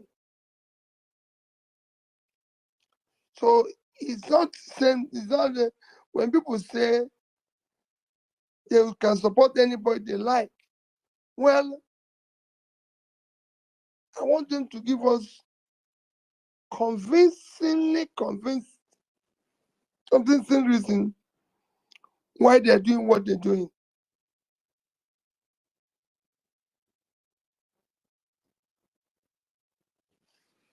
Thank you so much, Your Excellency. All right, it's time for us to bring speakers up. And I do want to say, if you are not following us and if you have not retweeted this space, I can't bring you up. Oh. Okay, I'm kidding. But please, okay, now I'm begging you, I'm on my knees. Please don't, Retweet please, this space. it's don't kill. It's serious, please. Huh? Okay. Sure, you've heard now. Retweet this space. Please ensure that you are retweeting. Ensure that you are following this platform, Parallel Facts, and boom, you could just get a ticket to speak with His Excellency. So we're going to start bringing speakers up. I, usually don't respond to silly comments or whatever, but if you're having a problem with the number of people, you wait till this space finishes and you'll see how last time it keeps going. So guys, please keep retweeting. It's a lot of people on here now, and it's going to be way more people that will still come and listen. We appreciate you. Even after the space ends, keep retweeting. And even with all the challenges we face technically today, we've still, by the grace of God, been able to bring in huge numbers, and we will keep going. We will keep going regardless of what happens. We're all determined to fight for a new Nigeria. All right, so Dam, are you ready to bring speakers up? Yeah, I think we're bringing. There's some speakers already up here. I think you can take the ones already up. Okay. Oh, Mr. Peter, let's bring him back up. Okay. I want to make sure I don't kick myself out. Okay, let me take Kolade first. Hi, Kolade Kayode. You can go ahead with your question. Oh, thank you so much, Gloria. My I pleasure. greet everyone. His Excellency, thank you so much, sir. You really Thank made you. my day. You made my day. Today's my birthday, and I get to speak with you for the first time. Thank you, sir. Okay, I'll go straight to my question. I'm asking this just for clarity's sake, so that because it's something on so many people's mind, and we don't want to just keep assuming or just like talking on your behalf or thinking on your behalf, sir. If God preserve your life, if God give you the resources, and if God uphold you till 2027, and if we demand, would you yield to our demand for contesting for another election in Nigeria? Thank you. Well, thank you. Well, when that comes, for me, what we're doing now is to insist and try to see that things change, even when we're not in office. Like I keep saying, I'm not desperate to be president of Nigeria. I'm desperate to see Nigeria work. And it's not working today. We can't have a country that cannot improve generation and distribution of power from 4,000 to 6,000 or 10,000 in 20 years. You can't have a country that cannot say we're going to provide. Now we know that 185 million people have pipe-on water and cannot promise that they will be removing 3 million every year. You can't have a country where they say 100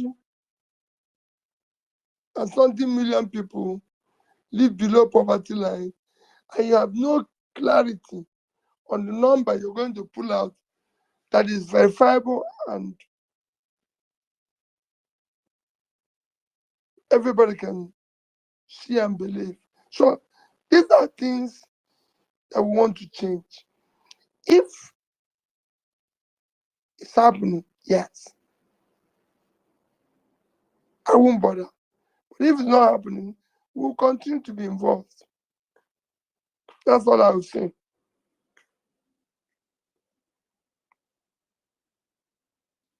Thank you. Thank you very much, Your Excellency. We appreciate you. We'll take another speaker now.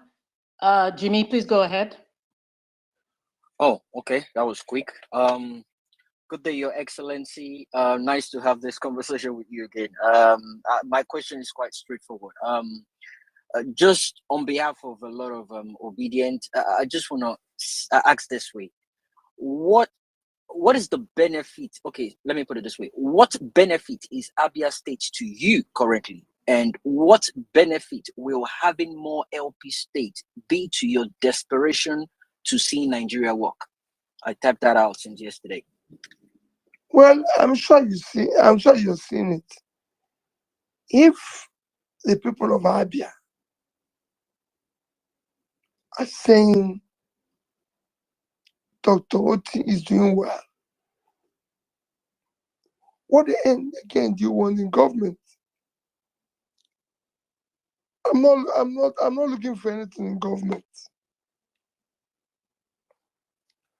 Alex Oti, apart from going to Abia, and maybe he gives me a bottle of water.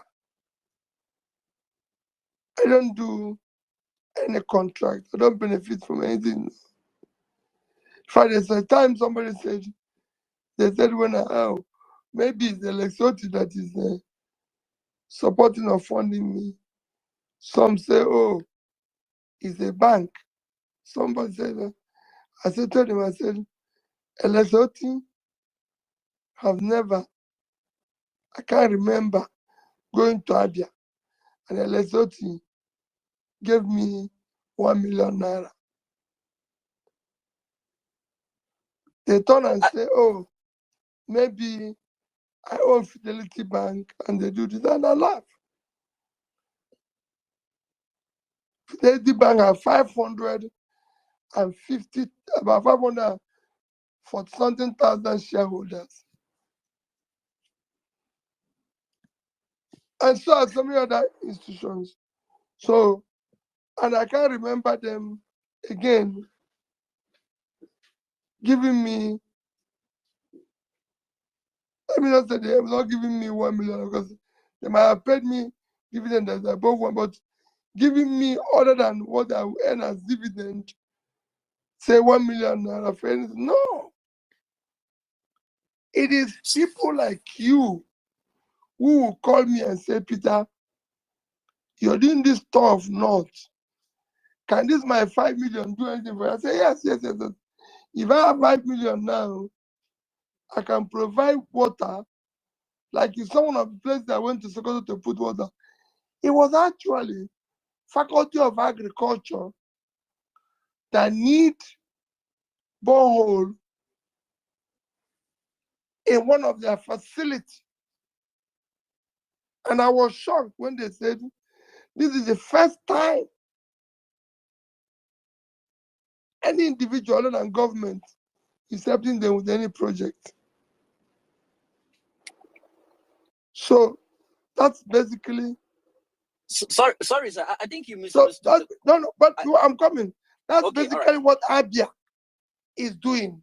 So if you have more Abias where citizens are happy, cumulatively, you have a Nigeria where citizens are okay.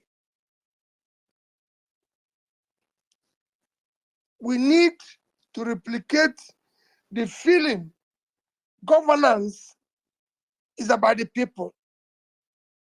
When the people are happy with governance, then you celebrate it. So if people are happy with, say, governor, we want the people in other areas, Edo, Ondo, Bayelsa, anywhere, to feel the same way. There's no, the only difference that is between, say, the Western world, for the people say in America and Nigeria, is, I'm not comparing these two because they're incomparable. But the only thing, the feeling of the people that they can go home, there's water, the air they breathe is not different, same air. They have no data, they can go home and switch on their lights. They have access to transport system. They can get a job and be paid. But living in the West is as tough as being in Nigeria. But added to that, is that even with the tough environment, you don't have a feeling of things are working.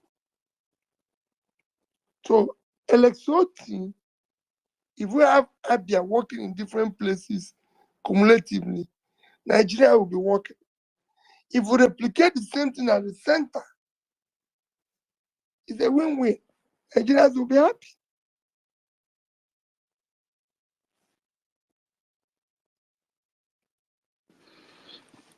Thank you so much. Thank you very much, Pio, for that response. Mr. Stephen, please go ahead. Your Excellency, thank you very much. My name is Stephen Osemiki. Very delighted to be in the space, and thank you to the Parallel Fast team. I had a question around the Edo election, but the PO has put paid to that question. But so I want to ask my second burning question, Your Excellency. Thank you for joining us on this space. My question is on INEC. Most of us that went through this process with you through 2023, I was on spaces several times advocating for real-time beavers uploading results. And Mahmoud Yakubu went about, the current chairman of INEC, promising, even in Chatham House, that the results will be uploaded real time. And we know the story, how supposedly it was switched off. And in the courts, which we also followed, it was said to be an option. Can we put pressure on the current National Assembly to codify it so that if we go again in 2027, God willing, it will no longer be an option, that results will be uploaded at polling units so that our results will reflect? Because I fear that if we continue this great work you're doing and we all continue to do this, INEC has not amended that rule, and the Supreme Court ignored the beavers. And I fear that that may be a challenge. What do you think we should do as obedience, as Nigerians, and also the National Assembly on the current Electoral Act, which was a big problem why you are not president today, in my opinion? Thank you, sir. Well, I think it's a very, for me, this is not a question. This is a suggestion that all of us will have to work hard on. Because like I said, it is important that you know that it's not everything that is question. I'm also learning, like you people are learning. I'm also listening to you. I want some of you also to tell me what to do. What you ask now is critical. Is there something that we'll all engage in? I've taken note of it. We must now ensure that issue of what they said last time is not, they have an option, should no longer be an option. And it will be followed. That's what I'll say on this one. Okay, thank you, sir. I would just to conclude that part of the question, I would please ask that when you meet with the National Assembly delegation from our party and also the opposition, which includes the PDP and all other interested parties, let them bring it to the table, and we as Nigerians will support that effort so that we can be sure that the votes of Nigerians will count 100%. Thank you, Your Excellency. Thank you, Parallel Facts. All right. Walchester 04, you can go ahead, please.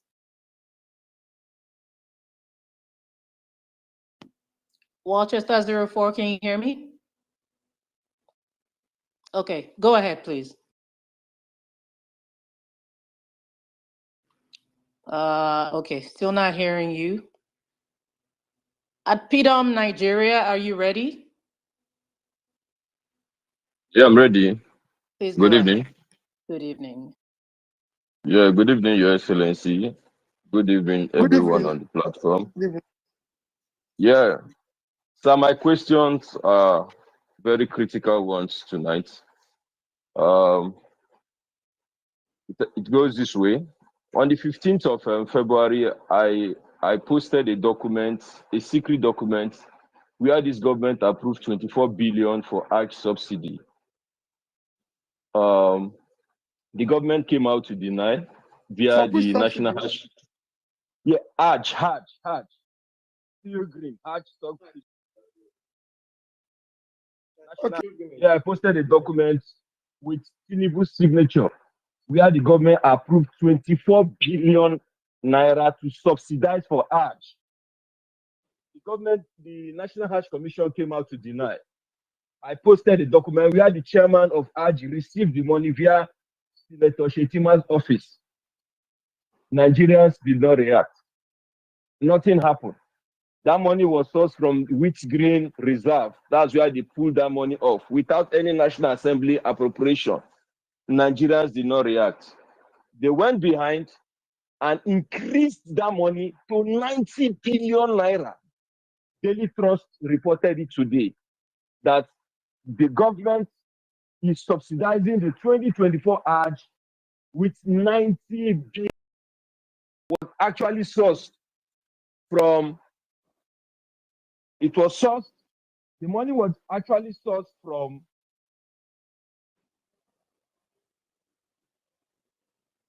can you hear me?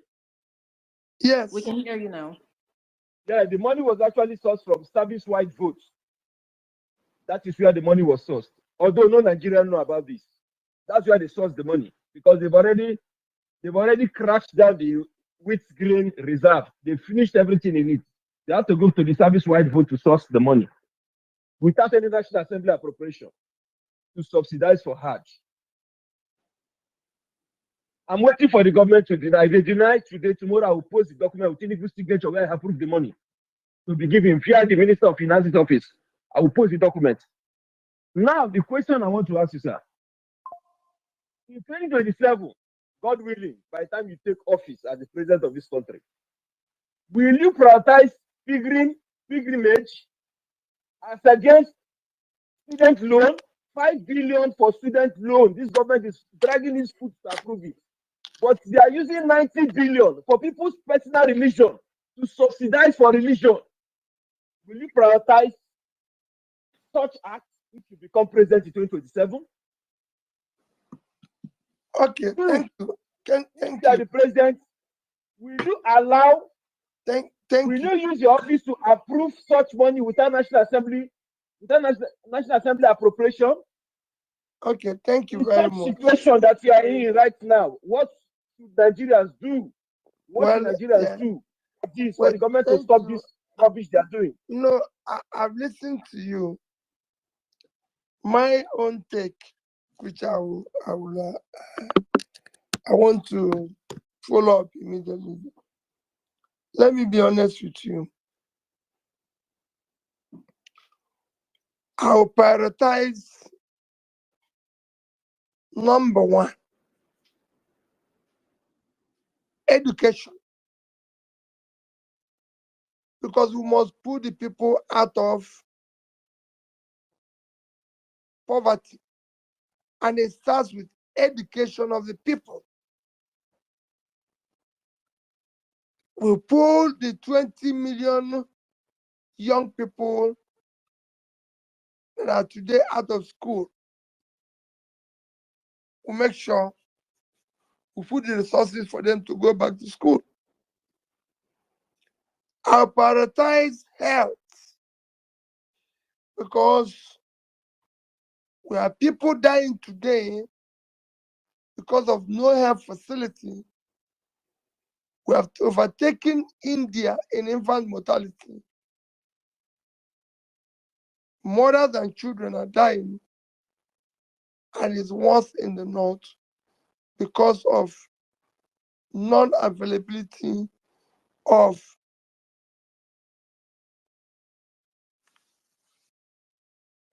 community facilities, health facilities. I prioritize pulling people out of poverty.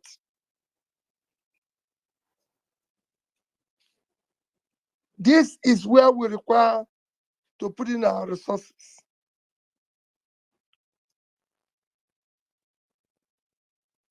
And for me, we're not going to stop Hajj or pilgrimage, but we're going to direct resources to where it is needed, while again ensure that those who can afford go on pilgrimage, if they desire, and remain prayerful. That is the way I will go. I don't know how much government is spending on issue of Hajj or pilgrimage, but I've told you areas where I prioritize. I will not put 5 billion in education and put 100, which is about 9, which is what you're saying, 90 in Hajj. Because what you have not said now is that 5% of scholarship for university education is what we're using for this. I'll follow it up. Thank you. Thank you very much, Your Excellency, for answering that. Emeka ABK21, are you ready? Can you hear me? Yes, I can hear you. Fantastic. Please go ahead. Well, and to everybody, please let's try to stick to one question. Thank you. Your Excellency, thank you so much. It's been an enlightening session. We know you're very passionate, in the fight against poverty, how we can eradicate poverty in Nigeria. Using the massive agro value chain that we have in Nigeria, which can give us nothing less than $100 billion if we have committed leadership across the 3 tiers of government. We cannot wait till 2027 because from the direction we are seeing today, if we do not take alternative private sector-led arrangement, more Nigerians will enter poverty. I am asking Mr. President, if it will not be good, you have a platform, you have loyal obedience across the world, tens of millions of honest and committed Nigerians who are committed to the visions that you embody. For you to set up what we call PO alternative actions to eradication of poverty, where we can drive up collective funding and do critical private sector intervention to set up agro clusters across Nigeria under the obedient movement, create jobs for Nigerians, provide direction so that when they see what we are doing from the private sector, they will be forced to take action from the government sector. I think that should be a good direction, sir. PO actions, active actions for eradication of poverty, private sector-led interventions on key critical agro clusters in Nigeria. The obedience will support it and we will see the impact in Nigeria. Thank you, sir. Well, what is suggested now is very good and can work in any other normal country, but not Nigeria. If just doing Twitter space is being attacked, imagine what they will do when you start with obedient agriculture to show them an example of what you can do. People have been given jobs, nominated for appointments, and somebody writes that they think they voted for Peter Obi. They cancel the appointments. Imagine what they're doing to me as a human being. So imagine what they will do if you have such facility. It won't work. If I said it, let me say it again. I said it in my last house. If I tell you what I'm going through in hands of government, you'll be asking me, why are you not on the streets shouting? However, it's not a problem. If you choose to serve, you must be ready for certain measure of problems. So it will be tough. It's a very good idea that we can use whenever we have opportunity to ensure that all our vast uncultivated land, something happens.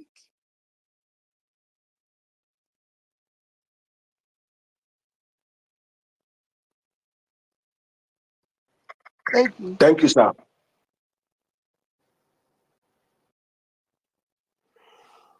All right, thank you very much. I think we've lost Gloria. Thank you for the questions, Mr. Emeka. Okay, let's go real quick, please. Guys, please. I can see if you're up here and you want to ask a question, you could indicate by raising up your hands. It will make it more swift, so we know that you want to speak. And if you have requested for the mic, we have hundreds of requests here. We're trying to see how we sieve ourselves and bring everybody as much as possible, as long as His Excellency is still with us. So please bear with us if you have not gotten the mic. We're going to bring as much as possible people up here to ask him questions. Please bear with us in mind. And your questions, just one question, straight to the point, and consider that other people are waiting to ask. And also, please follow us and help retweet the space. Okay, I'll come to you, Mr. Dr. Bankole. Please, your question in 1 minute. Thank you, sir. Okay, thank you. Thank you, Your Excellency, for being here today. So before I'm going straight to my question here, before that last presidential election, you toured parts of the world engaging the diaspora. And one thing that always comes up when we receive politicians from Nigeria is we talk about the issue of diaspora voting. Subsequent assembly, they've always sidetracked this issue. Even when there was strong lobbying, they just always push this diaspora voting issue to the side. Considering the amount of support that you, Your Excellency, have in the diaspora, I would just say I believe there is a strong support base for you and the Labour Party at the moment in diaspora. Is this something that could be of interest to you to push our members in the Senate and the House just to take up this issue and push that diaspora will have a chance to vote? We can't wait till close to 2027 before talking about this. Maybe I think this is the time to start talking about it. I would like to hear your thoughts on this. Thank you. You know, I told you that I said it everywhere I went to campaign, that if I had won the election, declared that I won the election, the next election, and I say categorically, the next election must, diaspora will vote. If they can vote in Kenya, if they can vote in other African Ghana, they can vote in Nigeria. There's nothing wrong in that. There's nothing wrong in that. It's a very easy thing. The reason why it's not happening in Nigeria is because they know if we vote, honestly.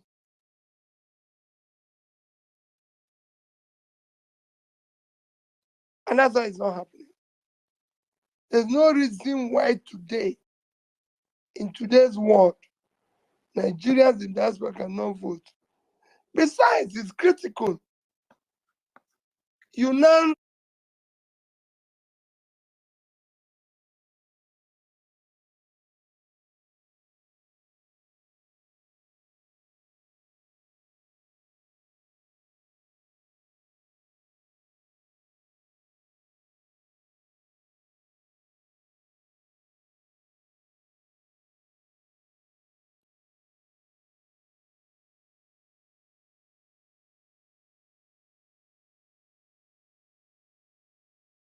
saying the country is being driven by drivers that have since passed their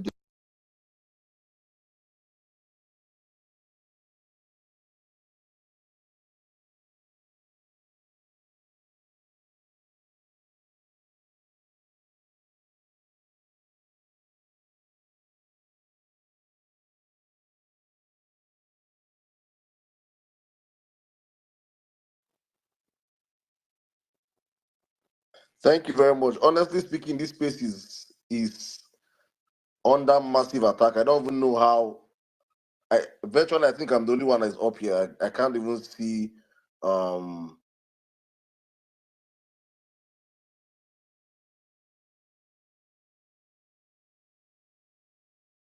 young Pyro, you have this. You have the space, please, in a minute, please.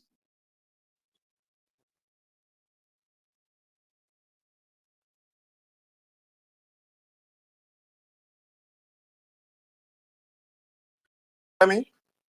Can you hear me? Yeah, please go on in a minute. You have a question. You have the space, please. Ask your question.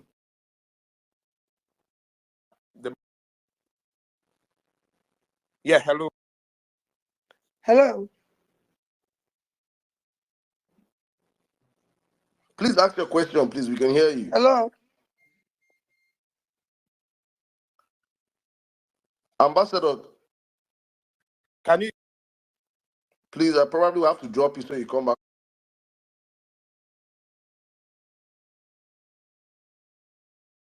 Please ask your question, please.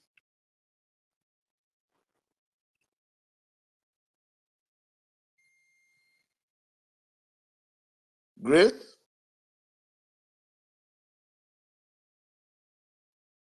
Am I the only one?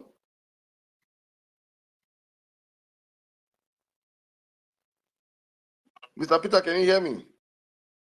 Yes, I can. There's something wrong with the space.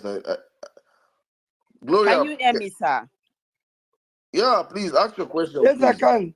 Good evening, my president, His Excellency.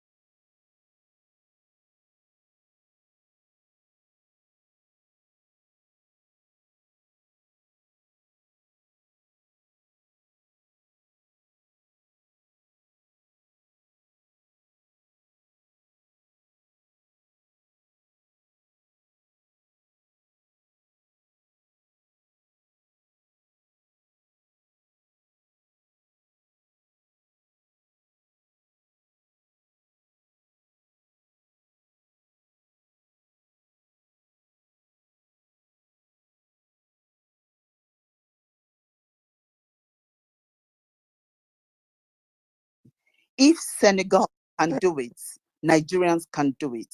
And I know it's going to be done.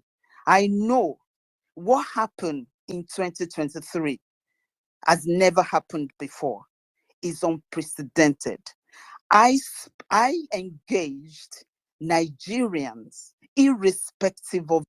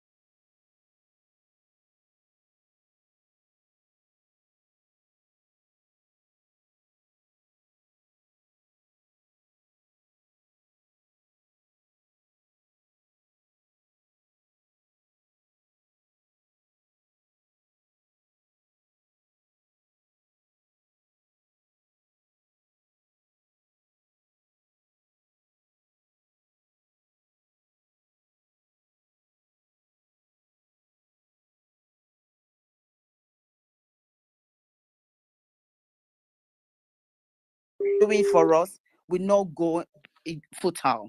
We not. Thank you, ma. Thank you, ma. Let us know how to bring ourselves together. What I would have suggested is what. Thank you very much, ma. Thank you very much, ma. Thank you. Thank you so much. We just have to move past this stage right now because we have a whole lot of Nigerians that want to ask questions. Thank you. Please, guys, please, we have hundreds of requests here. People want to ask, please. I know he rarely gets complimentaries on spaces, but please let's try and limit our complimentaries and go straight to questions.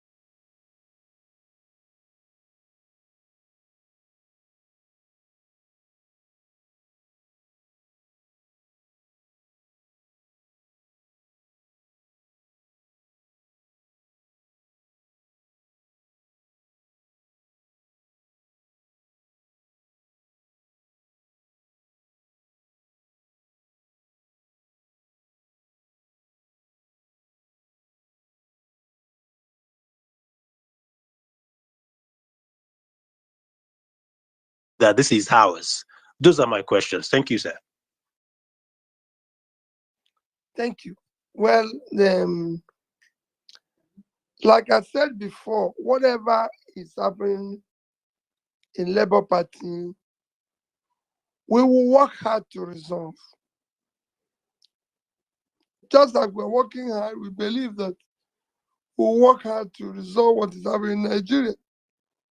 Wherever we find ourselves now, we'll try and resolve as a family. And whatever we're going to do going forward, it will be all of us coming together. It won't be me deciding. For the obedience, we have agreed we are going to deal with that issue together as a family. We're going to, people will see what we're going to do in order to hold all of us together and continue with what we are preaching. Because it's important. Some of what you're seeing now is people trying to make sure that, again, we don't continue remaining together.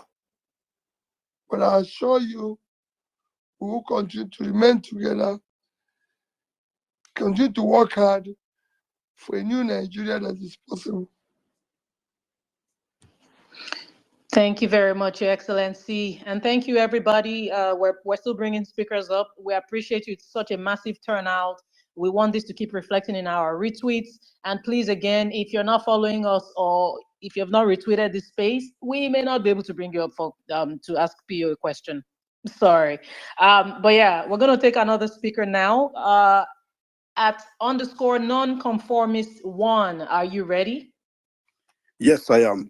Good evening, Your Excellency. Good evening, everybody on this space. Sir, my question is actually quite direct. And, a lot of us have been upset about a lot of things. And one of those things is that we hear that Julius Abure, the party chairman, is literally fighting you in the party and a couple of other people who are opposed to this convention. Please, sir, we need a direction because most of us are contemplating joining the party. Many of us are looking at galvanizing people, to join also. So do you think it is still a very wise venture for us to do this, or should we just hold on and let the whole audit go on and everything and then see how we move from there, sir? No, come again because I lost you in the question. Okay, can you hear me now, sir? Yes, I'm Okay, hearing sir. you. So Yeah, go there ahead. have been conversations around the fact that the chairman of the Labour Party, Julius Abure, doesn't listen to you. He has a couple of issues he doesn't agree with you on. So it looks like he may not take advice, maybe not directives. So I was looking at joining the party massively. But then with all this kind of infighting, we are having double, we're thinking twice about doing this to know if this is where we will be, because we don't want to join the party and then he pushes you out, quote and unquote, and then, you know, we now have to start scampering again and all that. So I want to know, sir, what is the direction about this going forward? Thank you, sir. Well, like I said before, the direction going forward is that we're here. We're here and we'll do everything to work with them. You know, we'll do whatever is possible because we're there and we'll do whatever is possible. We will ensure that they listen to us. It's not just me, the obedient. If in the end they don't listen to us, well, as we go along, we'll see what is happening. All I can tell people is that they remain focused on building a new Nigeria. And I'm sure with what we have achieved, going forward will be much, much easier. And it will not be stopped by anybody agreeing or disagreeing with me or disagreeing with the obedience. We're going to work with everybody. We're going to preach everybody. There's issues today in the party and outside the party. We're going to talk. There's also some of our people who are preoccupied too much with party position. And that's, we want the party to work. It's not that it's necessary we work unless we occupy it. No, we want the party to work. We have a purpose. Let's go for our goal. Let our eyes be on the ball and pursue what we set out to do. And that is to change the country called Nigeria. We should not lose that fact and then go into minor issues that will distract us. Thank you very much, Your Excellency. Guys, this space is also open to women. We also want to hear from our women. Oma's Therapy, I'll take you in just a second. Also, please remember, it's not just for supporters of Peter Obi. We actually do want to hear your feedback. As long as you keep it constructive, whatever question you have, just keep it respectful. We'll be more than happy to hear from everybody. Oma's Therapy, please go ahead, ma'am. Thank you, Gloria. Good evening, His Excellency, my president, the people's president. This is my birthday yet. So my question is, I think there are a lot of things that is wrong with our constitution. When you become the president, can we re-amend the constitution? And how can we bring back the rule of law to our country, please? First, that our constitution was the constitution that was handed over to us.